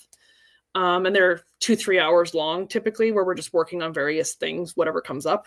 So sometimes it's working on past life. Sometimes it's working on, your, as I said, skills as, a channeler or a medium, anything like that. I can be getting Reiki or something from her. Like it's kind of a mix and match session, honestly, like whatever comes up. So this is probably 3-4 months into my spiritual journey at this point with her. And I'm laying on the table getting Reiki done. And all of a sudden I get this like pain in my head that feels like this entire part of my face has just been like bashed in. Like it's just this like, I'm like, I feel like I need to cover my face with my hand. And then at the same time, all I get is these flash of images. And I start hearing like drum beat and people talking and seeing flames flickering and stuff like that. And so I'm laying on a altar as a human sacrifice, and either I'm still not 100% sure, either Mayan, Incan, something like that, because I see like a step pyramid out, like Mesoamerican. Yes. Yeah. And that also ties into, so the weird thing is that a lot of these past lives that have been coming up, especially lately, are tying back into things that have happened through my life where I'm like, why did that happen? Or why did I react the way I did? And it now is like, it makes so much sense now. So for example, with that one, as a child, I had to get an x-ray done. I was having issues with my kidneys at the time. This is like, I was maybe 4 or 5 years old kind of thing. And I couldn't lay still long enough, I guess, for them to do it. So they brought these 2 big male nurses in to hold me down while I completely lose my shite. But I'm like, all I can think is like, so when I'm reliving this past life memory, and it was so strong to the point where Tanis was also feeling it. But it was like almost like a puzzle piece clicking. And it's not this, it wasn't the last time that's happened. Like it's happened fairly recently too, but it's almost like this click in my brain that like, I reacted that way because somewhere in me, I was remembering that past life and that experience of being held down and, sacrificed. So that's an example of one. So it could have been against your will. Exactly. That's a thought. It's a thought for sure. Yeah. I don't, because there are cultures and instances in which sacrifice with such honor that voluntarily they will participate. Yeah, I mean that one I felt more fearful, so I don't know even if it was a case of being like prisoner of war kind of thing. There was like a battle and especially where I felt like I was already injured with my face being bashed in. But where I say like I can't not believe it now is that I get full body chills, or there's other physical manifestations that have been happening, have happened. Reliving some of these past lives that have come up. I mean, there's times, of course, where I'm like, am I just making this up? But we'll like go in and work on a past life, and it's like I have no premeditation of like thinking of this is what it's going to be. So like one I've been working on very, very recently, And I've actually been working hand in hand. It's been really great that I have both Tanis and Jen. So Jen's a psychotherapist, as well as being, come on, brain. My brain's like, nope, we're not doing it. She's intuitive as well. There we go. That's the word. Thank you. So she's intuitive as well as being a psychotherapist. So she tends to combine those things. And then I also have Tanis, who I work on specifically like the spiritual stuff. But between the two of them, we've been working on this past life that's come up, where it's actually like a very physical fear reaction that comes up, like a fight and flight fear reaction. And so we've been working through that. So for example, like I can pinpoint the spot where like it is in my vision, because she's been working on me with like eye movement stuff. And there's a specific spot where I can hit it with my hand. Like I can send it Reiki energy and get like full body chills because of where it is in that. That lifetime too ties in like a village being burned. Well, my entire life have been super paranoid when it comes to fire. Like if I light a candle or something or incense or anything, I have to go back and check like 3 or 4 times before I can leave the room to make sure it's actually been put out. There's no other reason for that. I've not like been through a house fire before or anything like that. So that was another one of those like click moments of like, oh, wait a second. Like, yeah, it makes so much more sense now. Like why I've had this fear that to me makes absolutely no sense in this lifetime is connected to that past life. I've had a couple they're totally valid. It's like with dreams, for example, you're dreaming and maybe if you try to explain the dream, it doesn't make sense, but you know exactly what each thing means in the dream. Right. It might be like a person different from your mother, but that's your mother, right? Yeah. And these are like such deep experiences that to the outsider it doesn't make sense, but you have lived them in the past and you know what it means, you know how it feels. So you don't need validation from anyone, whether it's true or not. Your spirit knows that these were experiences that it's engraved in your being. Well, I have another big one that actually just came to mind. If you guys share, want to hear it, share with us. Oh yeah, please. So, and I don't know why it didn't come to mind, because it was an experience. So we were actually working on something else, and it just like came, as I said, came out of nowhere, as they tend to. But all I saw was, so I'm standing on top of something, like when I first kind of come into the past life. So sometimes you can like be fully immersed into it. Sometimes it's more like a movie on a screen. Really depends on how you kind of come into it and how, I guess, separated you are able to be from it. Like I tend to like go full on in, just because for me, as I said, spirit is very, very physical. So even not past life related, like when I'm doing energy or spiritual work, I get like pressure. I get I call it Morse code, but it's like popping in my ear as if you're like going up and down in an airplane, but it's like rapid. I get, as I say, full body chills, and that's just doing energy work. I get like goosebumps everywhere. So when I get Reiki, I get full body goosebumps that I just have to breathe through. Sometimes I call them almost like spiritual hot flashes. Wow. Yeah. But I'm told I'm sensitive, so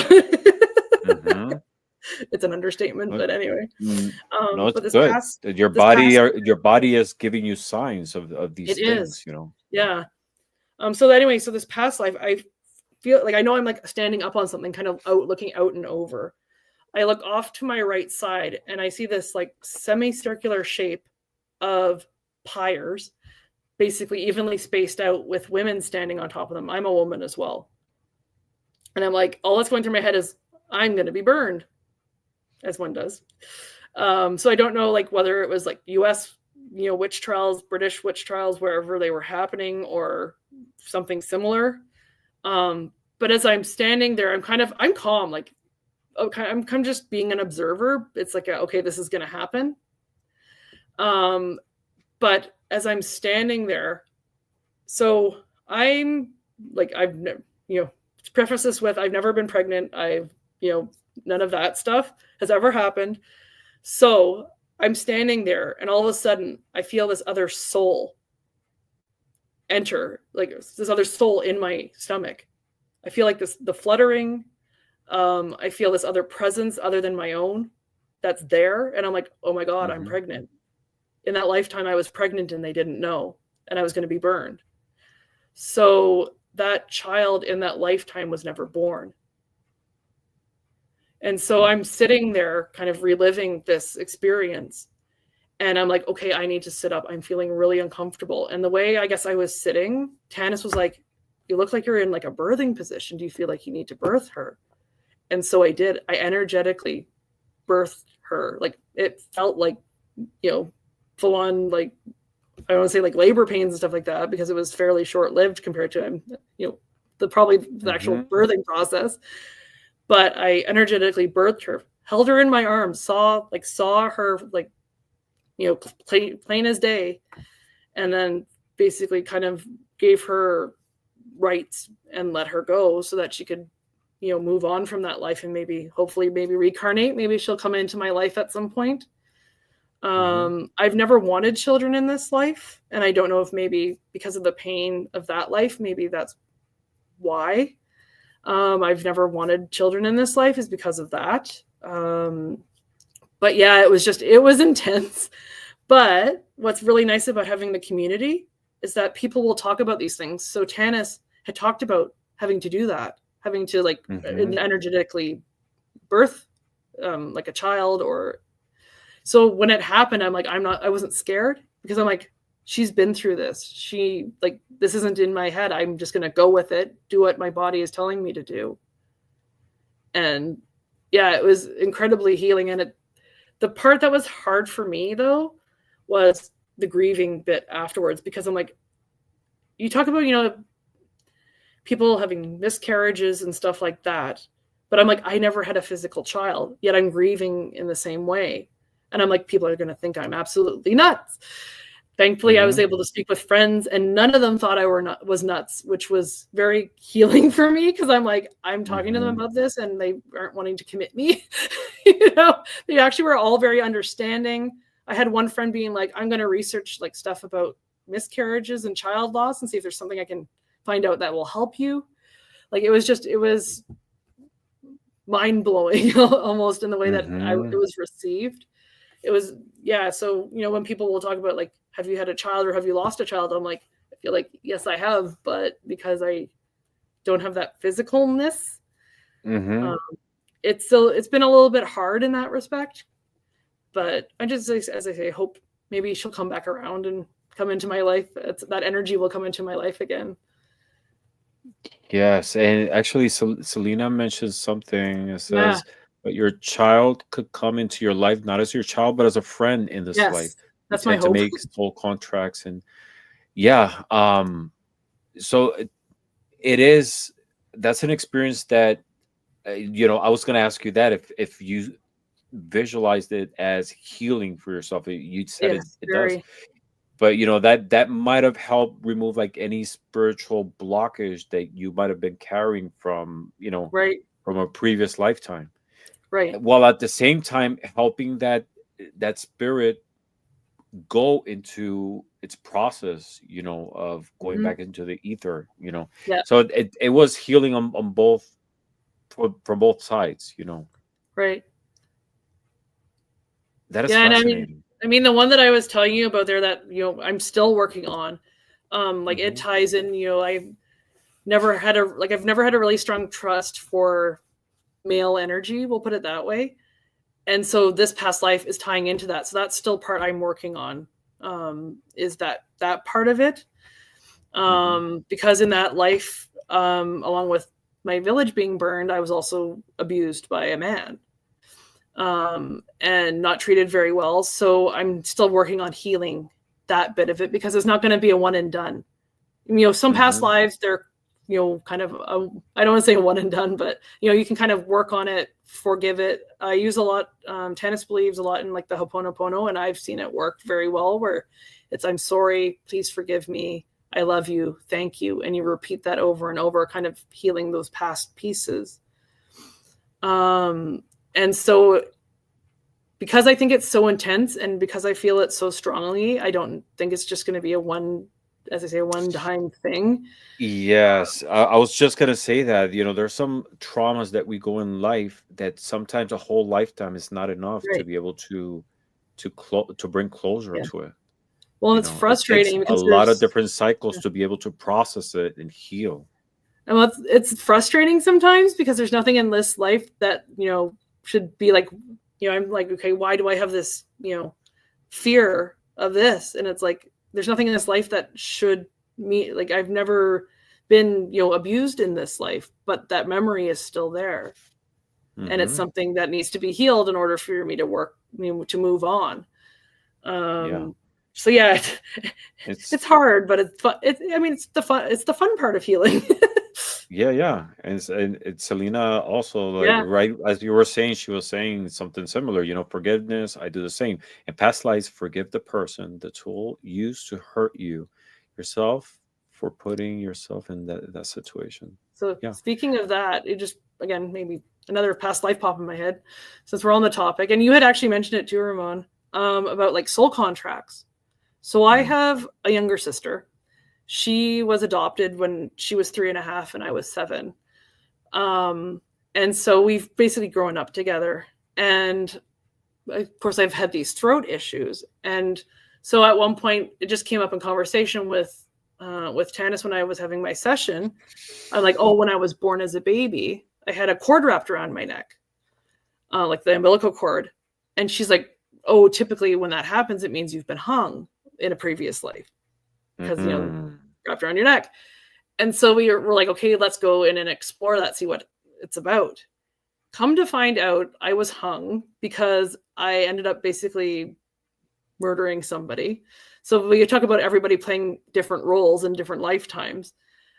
So I basically walked up behind the person and shot them in the back of the head, back of the neck, whatever, because I thought they had stolen my cattle, tie in with the cows, because this is like during the Western kind of, the old West kind of time. Mhm. So Yeah. Uh-huh. I thought the guy had stolen my horses or stolen my cows or whatever. And the justice system I didn't think was going to, get the job done quick enough. So I took the job into my own hands. Took justice in your own hands. Yeah. So Mhm. she's like, well, like, that person, feel into their energy. Is it familiar? Because sometimes you'll have people tie in to past lives. Come to find out that it was my sister. Her energy, her soul was in that body. And so at that point, so I would say maybe they were in their 20s, 30s. Well, the soul contract in this life with her was to that same time period. Mm. Now that she's past that age, I don't feel the like connection or like the need to like protect her at all costs because I've gotten to her past that age that I killed her in that life. Wow. Which is like Well, yeah. I'm like, yeah. what do you say to that, right? Right. It's just, yeah, it's, as I say, like, it's hard. There's so many things that have happened or have connected or have just make so much more sense that I'm like, I have to Mhm. believe in the past life stuff because, Yeah. It life just explains makes a more lot of sense. things. Yeah, explains a lot of things in this one. And like I said, sometimes we carry traumas that it takes more than one Yep, lifetime to be able to resolve and heal. it does. Yeah. But yeah. Um, do you go into any meditation process to be able to actively explore not only ones that Yeah. you know that you're aware of, but maybe explore ones that you're conscientiously not having Um, experienced yet? yeah, not on my own. I don't Hmm. feel I struggle on my own just in general feeling safe when doing spiritual work by myself. I'm very paranoid in a sense. Again, that's probably past life related. Hmm. um, but Yeah, could be. but like when as I said, these one-on-one sessions that I do once a month, will go into that kind of meditative state. So what will happen is that like I'll close my eyes, I'll go up into, as I say, go up into my sanctuary. We'll call in Michael and my higher self because your higher self can't lie to you, right? Because it's your highest, it's your Mm-hmm. soul basically in manifestation, however it manifests, and it's different for everybody. Like mine has a specific, my she's female and has a specific look to her, but some people's are only like a a orb of light. Like it really is just dependent on how you perceive them. And then we go up to, I'm trying to remember which dimension. Anyway, we take an elevator up. I want to say it's the 10th, but I could be wrong. And then there's this, the way I visualize it is there's this big long hallway of doors. So if any of you have ever watched the BBC version of Sherlock with Benedict Cumberbatch, he has what he calls his mind palace. Same kind of idea, I guess. But basically like a hallway with a bunch of doors. And so you will basically say, take me to the door I need to see, or really like I need to go to. And so you'll go to that door and open the door, and then you just step into that memory. And as I said, like I go into them most of the time not having any preconceived, like, this is what's going to happen. I just take in my surroundings. So she'll be like, okay, like, what do you see? What do you feel? And so there's been ones, as I said, where like, I've looked down at my hand and I have 3 fingers because I'm an alien. Or there's ones where I'm like, I'm hearing sounds, or as I say, like seeing things, like, being out in the middle of a forest on a full moon, a night of a full moon, seeing women dancing around a fire, and I know I'm part of that, things like that, that'll happen. As I said, you talk about getting in your head. I'm like, okay, is my imagination making this all up? Or are these things I've actually experienced? And I mean, that still happens a lot of the time, but. No, it's interesting that you mentioned the higher self, because that's, I don't know, it's all of a sudden it kind of like reminded me of Plato and the allegory of the cave. I don't know if you're aware of it. Yes, But yeah. Plato mentioned that here in this lifetime, we're just merely shadows. Everything around us is just merely shadows of a higher, perfect version of it. Well, it's really interesting in the Republic, the book of the Republic, how he illustrates it. It's fascinating, and it sort of like brought me to that thought. Well, and what's interesting is like my higher self doesn't look anything like me, which I find very, very interesting. No, of course not. It's every lifetime is a reflection. It's a different reflection. It's like going into that idea of Plato. The perfect chair is somewhere in the ether, and all the chairs have existed are just like mere shadows that over time get perfected, get more comfortable, more ergonomic, but it approximates to every time closer to that perfection, but it never reaches it. Well, it's like the sanctuary space. As I said, it adjusts and forms and reforms, or has through my spiritual journey. It was tiny and small, and then expanded out as I did different, like healing with my inner child, with my inner teenager. As I said, now it's a ship, and that happened all of a sudden. I was like going up to my sanctuary expecting what I was used to, and I'm like, okay, what the hell? Like, why is this entire room now just all wood? And then I feel out more, and I'm like, okay, I'm on water. But I mean, the sanctuaries too can be anything you want them to be. Like I have, talking about spiritual journey, and I don't know how common or uncommon it is, but I have like dragons that I work with. And I have 5 of them, which I think is probably a weird number. Like you hear about like 1 or 2, but the fact that I have 5, I'm like, okay, is there something to this? But like they live up in that sanctuary, or I can at least go there, and that's where they'll kind of manifest themselves. Which I find really, really interesting. Is there one more powerful than another, or? There's a seniority. Yeah, I think so. There's ones I work more often with. There's some that are a bit more kind of, they like to keep to themselves. Like I have one that I call my emotional support dragon. But for example, if I'm struggling to get out of my head and up to my sanctuary, I'll call him in. I can put my hand on him and then we go. Or if I'm scared or something like that, I'll call him in and kind of just picture him kind of being there next to me. I have one that came in when I got my first level of Reiki. So I got attuned to Reiki level 1 and this dragon shows up. So he always helps me with my Reiki stuff, because when you're removing the gunk and stuff like that, you can be like, hey, can you take care of this for me? And kind of like, throw it to him like playing fetch with a dog. He just rolled his eyes at me. Anyway, and then I have what I call a galactic dragon. So they all have names as well. But my galactic dragon, he was very, again, unexpected, but very, very ancient. Like he's the oldest of them. He tends to just be more an observer, but he is the first dragon I channeled. And he was a very interesting one to channel, because he was almost like William Shatner in Star Trek. It was like the way he spoke was just like very thought out, and like you're just like, okay, he can speed it up just a little bit. Speed it up just a little bit, buddy. And then I also have a dragon that connects to my creativity.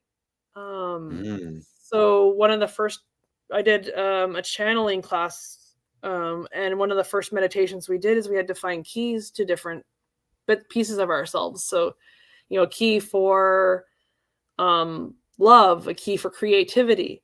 So I go in and we go, okay, I need a key for creativity. What's it going to be? I have this dragon show up, take one of her horns and give it to me, saying, this is your key for creativity. So I call her my creativity dragon. So she is who I work with when I work on my creativity. And of course I have pictures or like manifestations of them on my altar upstairs for each one of them. But yeah, it's been an interesting journey. It's fascinating. It's just fascinating. And 5 is a powerful number, Right. 5 is a number that represents change. Right. It can represent instability, which is a catalyst to change. When there's a crisis, that's a symptom. That's something that needs to be changed. 5, when I think of 5, also I think of like the 5 in a dice. So that's why I was asking if there was a powerful one, or one that is stronger, because that can be the axis, or like the centerpiece of all of them revolving around. I'd say, like, as I say, like there's some that are older than others, but the one that I primarily work with is Rainier, like the mountain, the galactic, who is my gold dragon. And is that the galactic one? No. No. So there's Rainier, who's my gold dragon. He actually came in at the summer solstice last year, and I asked him, like, what are you here for? And he's like, I'm here to take you on the next part of your journey, basically. So like my spiritual growth kind of journey. He's here to kind of accompany me, I think. I have Nazreen, who's the creativity dragon. So she's like multicolor. I have Magellan. Magellan's the galactic dragon. These are the names they give me, much like with other guides and stuff we work with. We can't always necessarily pronounce their names and then their language. So this is like their, English names they're giving us to like be like, just call my nickname this. And then I have Meili. Meili is my Reiki dragon. So he's like teal and blue, and and what's interesting is some of these dragons are like the Asian, what I call like the Asian style dragons. And then some of them are the more kind of European style dragon, which is really interesting that they have different types. And then the last one is Melchiazar, who's just recently come in. And I'm still trying to figure out what they're supposed to be here for. So I bought a selenite dragon, like carved dragon head. And they kind of appeared with that, but they're hard to kind of figure out in the sense that sometimes I see them and they're huge, like giant dragon, but then sometimes they'll shrink down and like be a little shoulder dragon and like accompany me that way. So I'm still trying to figure them out, but yeah, they're the most recent addition, I think. But Rainier kind of is the one that I tend to go to kind of as a default. So I'd say he's probably the one in Interesting. charge. Uh-huh. Do Yeah. you think they're connected to, because I was going to ask you to your views on extraterrestrial life, Yeah. and if there's some connection, or it's more spiritual. I don't know. Like, tell us your views Yeah. on extraterrestrial life. If your Yeah. dragons connect somehow with that, or With the dragons, they definitely, just because of how I interact with them, they tend towards more the elemental bit. mm-hmm. Right. So even when channeling, I find the elementals easier to channel, even just because they're a Mm-hmm. lower frequency. So as far as extraterrestrials, channeling them or speaking with them, they're much like the archangels and stuff. They're a lot harder to channel because they're such a higher vibration. You have to stay in that energy. Like you have to have more focus basically to like Right. stay Uh-huh. there and stay with them. Um, Again, starting out on the spiritual journey, did I believe that aliens could exist? Yeah, sure. But now that I've had experience interacting with them, not necessarily in like this physical, but Physical. Uh-huh. having them come in and having them visually in, like, I guess you say, the mind's eye, like I do when I Mm-hmm. do any of my other spiritual work. I definitely strongly believe that they're out there. I mean, I've had experiences too with, so again, with through Tanis and Jen, they've had extraterrestrial past lives. They actually work with the Galactic Federation and have worked, like they work with them now as humans, but also have in past lives as extraterrestrials. And That was my next so, question. yeah. If you had like any story that you wanted to share with us of, personal Um, encounters or channeling, yeah. anything related to. So, I mean, the one that's kind of obvious for me is the Nigara. When the Nigara came through, it was myself, another friend of mine, and Tanis. We were at one of these social evenings, and it was just the three of us. Mhm.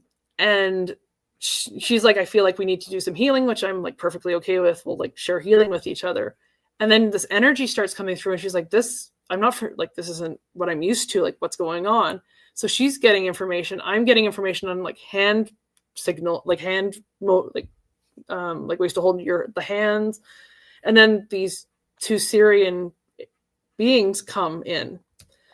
And they basically start explaining through me what this energy healing is all about.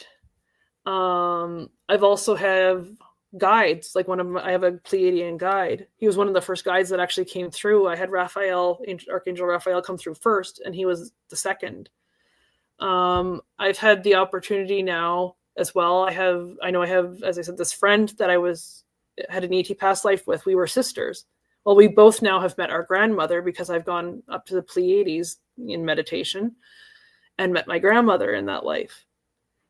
And as I said, it's the body feelings that kind of convince me, and I'm like, okay, is it like as I say, the chills that I get Mhm. when like we'll touch hands, and I'll get full body chills, or when they send the love, getting the full body chills. Yeah. There's a body Um, reaction that I'm like, confirms it. okay, I'm either really, really losing it, and my body's now convinced, or there's something real about this. Mhm. Of course. Um, I've also, for example, Tanis, I don't know if you've heard people talk about like hybrid children.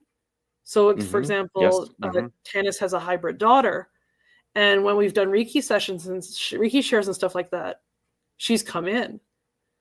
And so I now can recognize her energy because like I tend to vivid dream. Like it's just natural for me to vivid Mhm. dream. Like it's a common thing for me. Like every night I dream 2 or 3 dreams and they're all vivid. But I've had dreams where her daughter has appeared in those dreams. So I knew what her energy felt like. So now when it comes in the physical, I'm like, okay, I felt that in the dream and it's now here standing next to me. Mhm. So again, it's that Wow. physical validation along with, you know, the visual that I've had, at least in the dreams. I mean, in the dreams she showed up more human, less ET. Um, but I mean, they have filter. Like, you hear them talk kind of about like filtering. So Mhm. they can appear as their ET selves, but they can also appear as human. Like you've probably walked past one and not knowing it. I probably have walked past one and Right. not knowing it. Totally. So yeah, Totally. yeah, I definitely believe now, and it's interesting too. Like there's YouTubers and stuff like that talk about the ET stuff, the alien stuff, and then having them talk about certain topics or certain things, and then having it be exactly what I've experienced or heard or seen is again just that validation that it's either as a collective we're all we're all making this up or there's something to it. Yeah, no, of course, definitely. It's just a ongoing topic. People are talking about it, and it's good that they're open about it. Because it's real. There's nothing to be scared of. There's there's nothing to be fearful of. They want the best for us. Like that's everything I've gotten. Like interacting with them at all is they are wanting the best for us. They're wanting to see us, do well, evolve, and all of that. They want us to be successful in this life. Yes, exactly. You got it. Yeah. So we're at 1 hour and 46 minutes. Let's start winding down and go into lighter things. I know. So what's next in the WooWoo Wonder channel? WooWooWonderment universe? Yes. So next show is June 8th.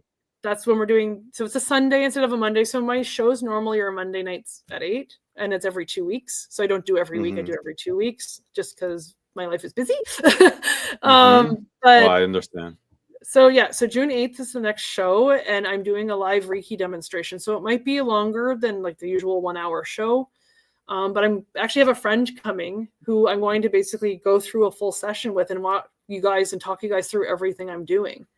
So if you've never had a Reiki session or just have questions or curious what it would be like to get a Reiki session done, you can come hang out, watch that. There's going to be a bit of winging it because I'm not sure exactly how I'm going to go about doing it. I have my mom coming that I'm hoping I can log in as a guest on my phone and have her kind of be like up close and personal camera. So we'll see. I have the ideas in my head. And then the next show after that, I think, is the 26th. So I have a lady coming on. She's been on before, but she does intuitive jewelry. So that's really interesting. Intuitive jewelry. Yeah. And then the other thing that's happening, some of the people in the chat probably are kind of in the know about it. But I'm actually going to the Sedona retreat. So you might have heard Jeffrey, Kevin, or Debbie Freebird talk about their in the community, people mentioning it. Yeah. What is it? So I'm going to be going to that. So that's what is it? So it's a 4-day retreat. I think there's still spots open actually. So if you go to Jeffrey Peck's website, it's there.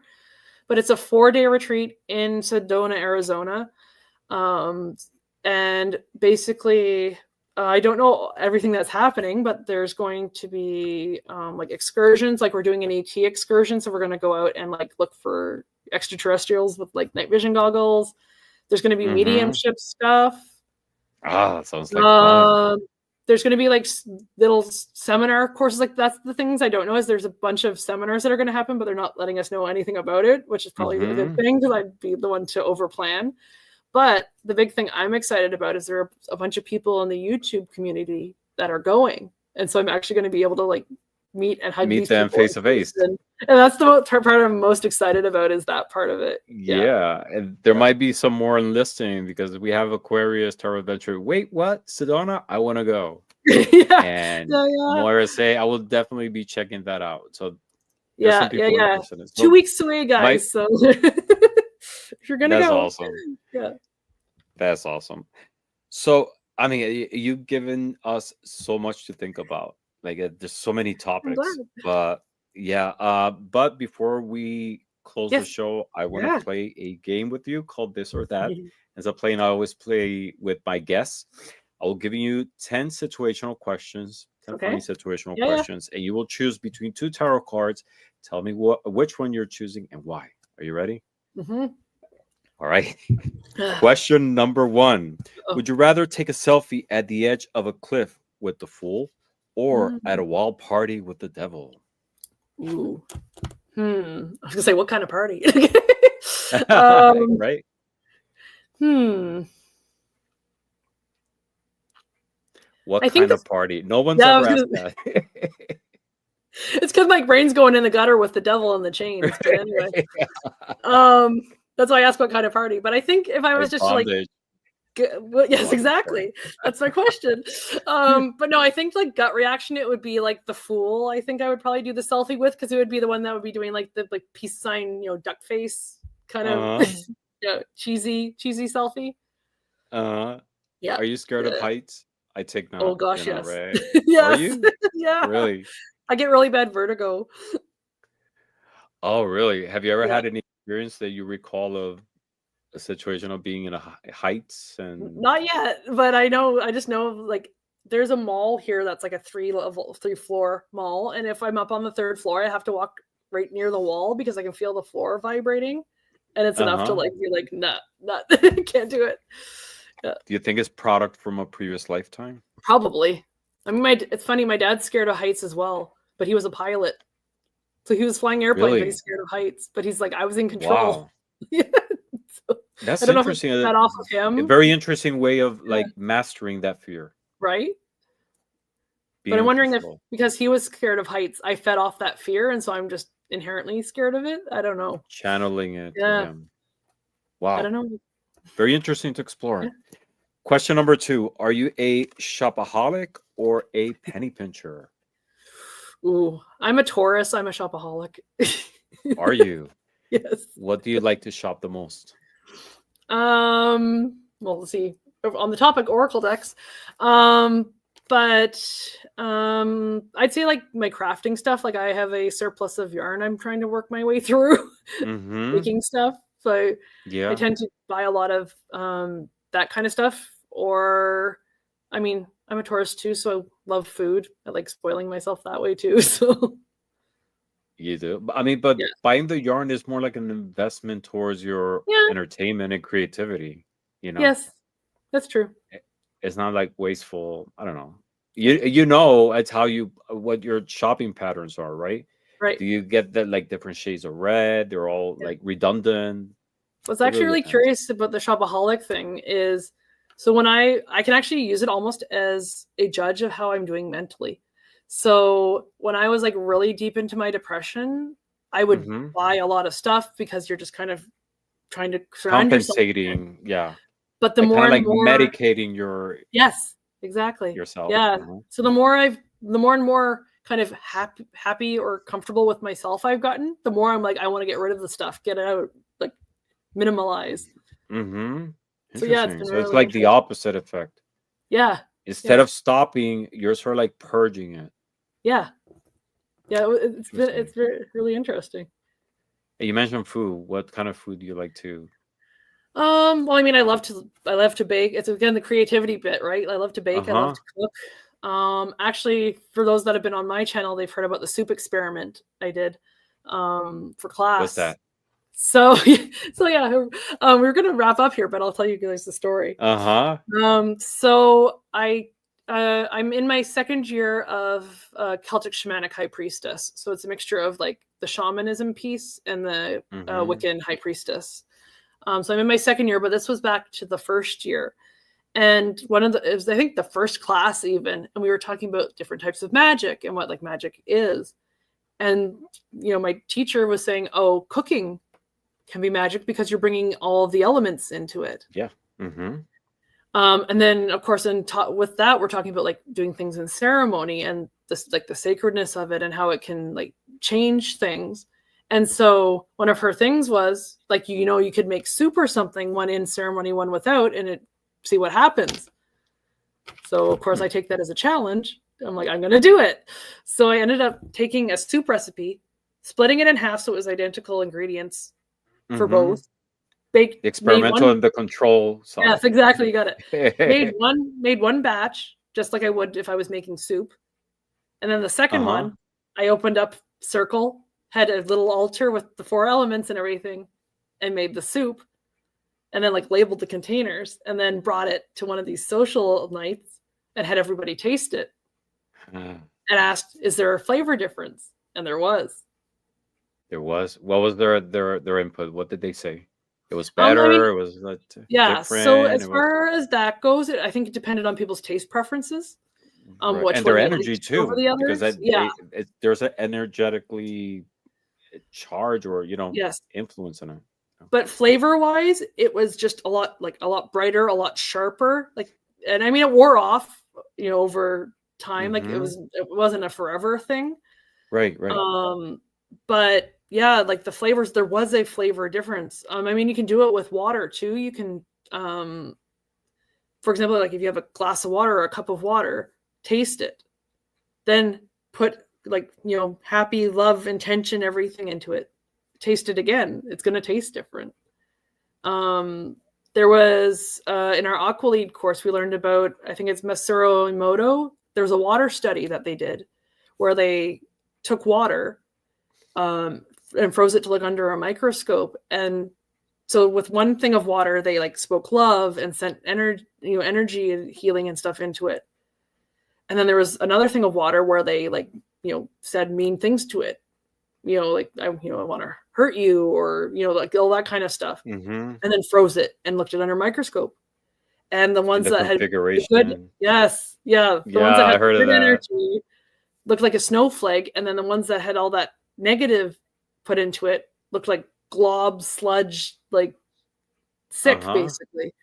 Yeah. So yeah, so it's same kind of concept. And I mean, even with my baking, I've put Reiki, like before it's baked, I've used a skewer and drawn the Reiki symbol into the bread, and then baked it to provide energy to those people that are going to be eating the bread. Mm-hmm. A lot of it, I mean, it all has to do with intention, right? That's the big thing, is it Definitely. has to do with Mm-hmm. intention. And it materializes. And that's so fascinating. Yeah, Love it. that's the kind of So, WooWooWonderment stuff, the experimentation. and it's great. Yeah, It'll be awesome if you do a video on that whenever you have the time, exploring yeah. into the topic.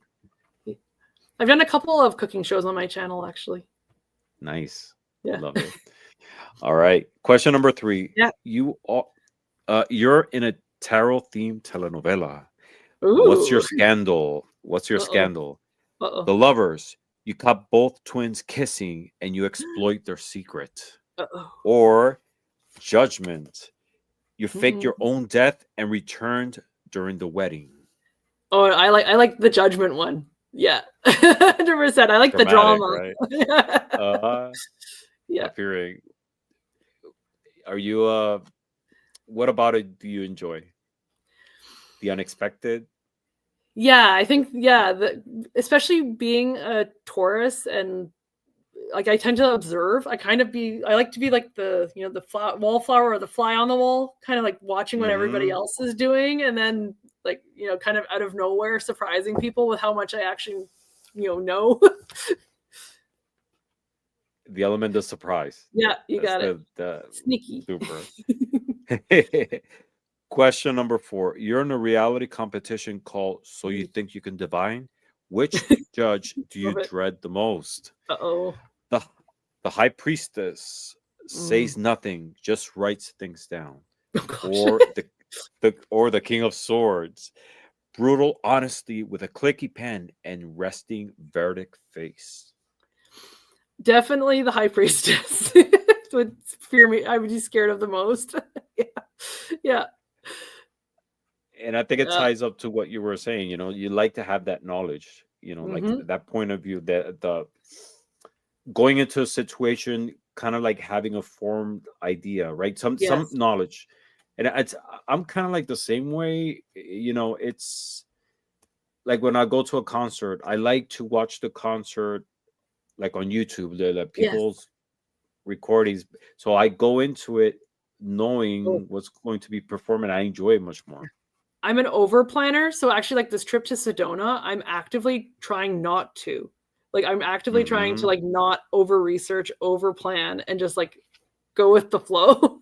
So yeah, it's been a bit of a challenge for myself, but I'm succeeding so far. That's awesome. Yeah. All right, question number 5. You're producing the Real Housewives of the Tarot deck. Okay. Who's always flipping the tables? Yep. The 5 of Wands yells, "I'm not dramatic, I'm passionate." Or the Queen of Swords, cold and reads everybody's trauma at brunch. Ooh.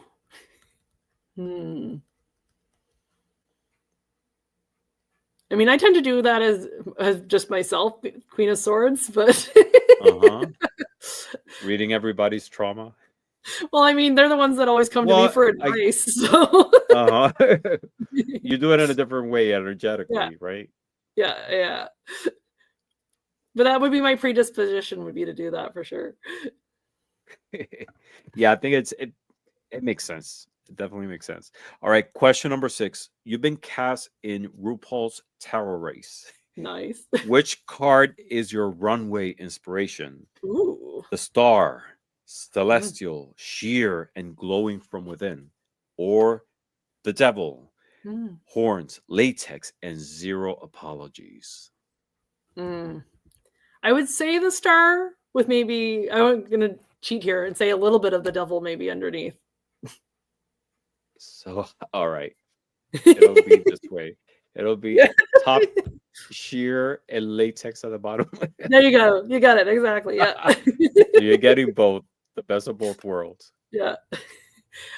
I think the Star is how I feel myself, like, outwardly, but I like to be a little, badass. Projecting the devil side. Yeah. Love it. Yeah. That's perfect. All right. Question number 7. You're cast as the lead in Tarot, the musical. Which act is your showstopper? The Hangman, Ariel, Solo with dramatic lighting, or the Wheel of Fortune, rotating stage with backup dancers in zodiac masks? Ooh, I like the Wheel of Fortune one. Definitely more action. You like the complexity of the performance. Yeah. Actually, when you said wheel, all I pictured was like Hamilton. Like the musical. Oh, yeah. Have you watched it? I've watched it on Disney. I haven't seen it like live. But yeah, I watched it on Disney Plus. I loved it. It's fascinating, isn't it? It's beautiful. It's so well done. So well done. Musicals, I don't know. I love musicals. It's like they're some of my do? favorite things. Yeah, I have a bunch of bucket list ones I've been able to check off recently. So, have you watched Wicked? Yes. Yeah, I didn't see it. Again, haven't seen it stage, but I saw. I saw the movie. Yeah. The movie. Oh, I saw the stage one years ago, but the movie I've watched it infinite times because my partner loves that movie. He's always watching the movie. all the time. The new. I mean, it's beautifully done. Oh, it is. Like you keep hearing like over and over that you get into the characters. At first, I wasn't interested at all. Yeah. But just seeing like so much talent. Yeah. And Ariana Grande, like I really never cared much for. No, I didn't either. But she did a very good job. Yes, let me rephrase that. I didn't appreciate her like maybe her talent as she was as a pop singer. Right. But as an actress in that movie and the amazing voice that she has, I had a different perspective on her. I really appreciate her artistry through the movie. And I got to see The Lion King last year. That was one of my bucket list ones. Anastasia was another one. I got to check it off 2-3 years ago now. I'm actually getting to see. I'm hoping to see Moulin Rouge this year. It's supposed to be coming. Oh, Moulin Rouge. Yeah. I love the movie. Ewan McGregor. Yeah. Moulin Rouge. Yeah. So I'm hoping I can get tickets. I saw the play like over 20 years ago. Oh wow. Yeah. All right. Question number 8. You're a fashion critic at the Tarot Awards Gala. Ooh. Who makes the best dress list? The Chariot, high gloss armor, tailored like couture, trimmed in gold with shoulder plates that gleam of victory. Or the World, draped in a gown woven from the cosmos itself, and she walks with attitude like someone who is the soul of the party. I would definitely have to choose the World. Even though I'm partial to the Chariot, and I say that only because when my friend at the pet store would do readings, she'd do the Celtic Cross. The Chariot always consistently showed up as the first position. So I always consider like the Chariot as myself, the representation of Uh-huh. myself a lot of the time. But no, style-wise, I'd have to go with the world. So do you see the chariot as like your significator?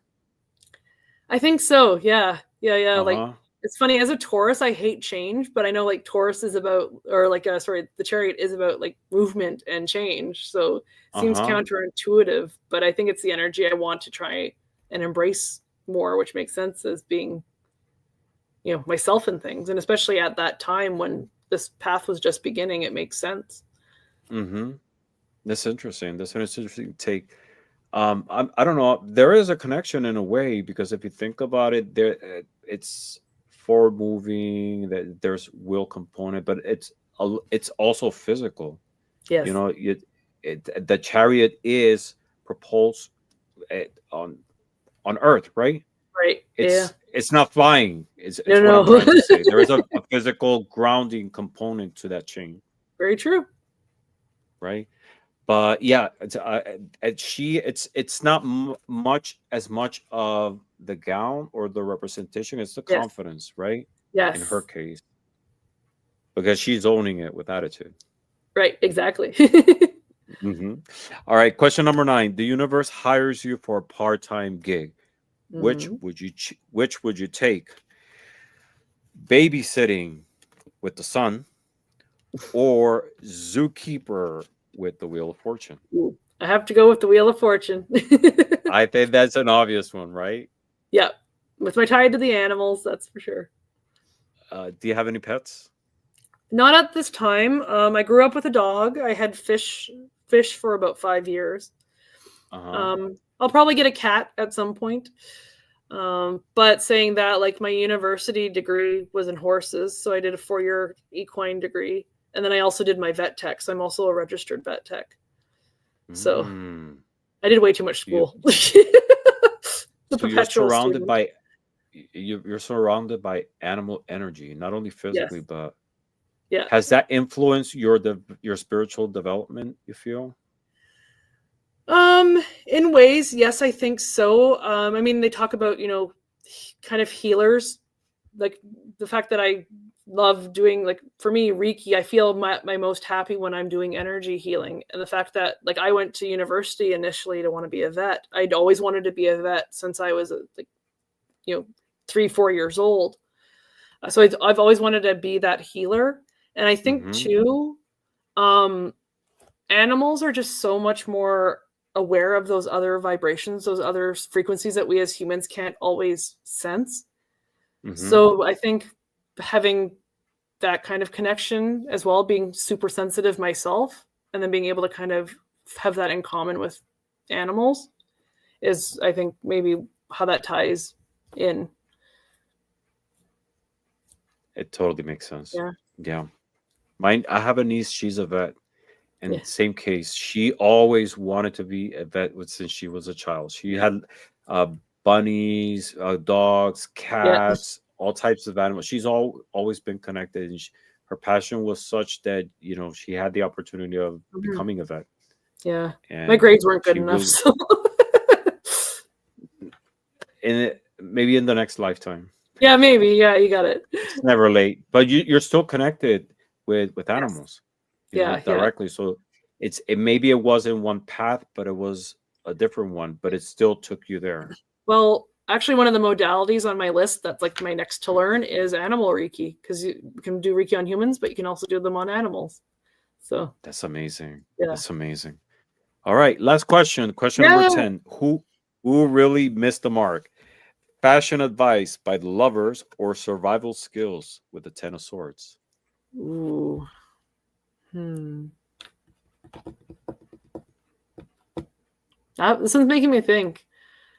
So can you just reread the question one more time, just because I need to like Yes. rethink it? Uh-huh. Who really missed the mark? Okay. Fashion advice from the lovers or survival skills from the 10 of swords? You're gonna kind of probably laugh at this. So I'm gonna say the lovers missed the mark. Uh-huh. That's not a common one. Why? Well, they're naked. So like not great fashion advice. Versus you're saying like survival skills from the other one, right? Uh-huh. Maybe he's just, maybe he's just playing dead. That could just be, like acupuncture. I heard that acupuncture. I heard that before. Playing dead. Interesting. Yeah. Or like, But definitely maybe he knows fashionable. those spots aren't going to be like lethal wounds. It's still Right. survival.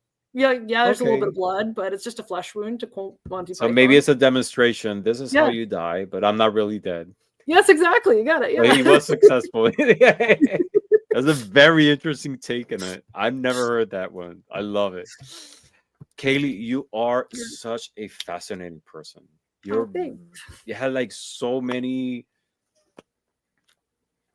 just have fascinating things, beautiful ways of seeing the world, so many interesting stories, so much that you can definitely explore and share.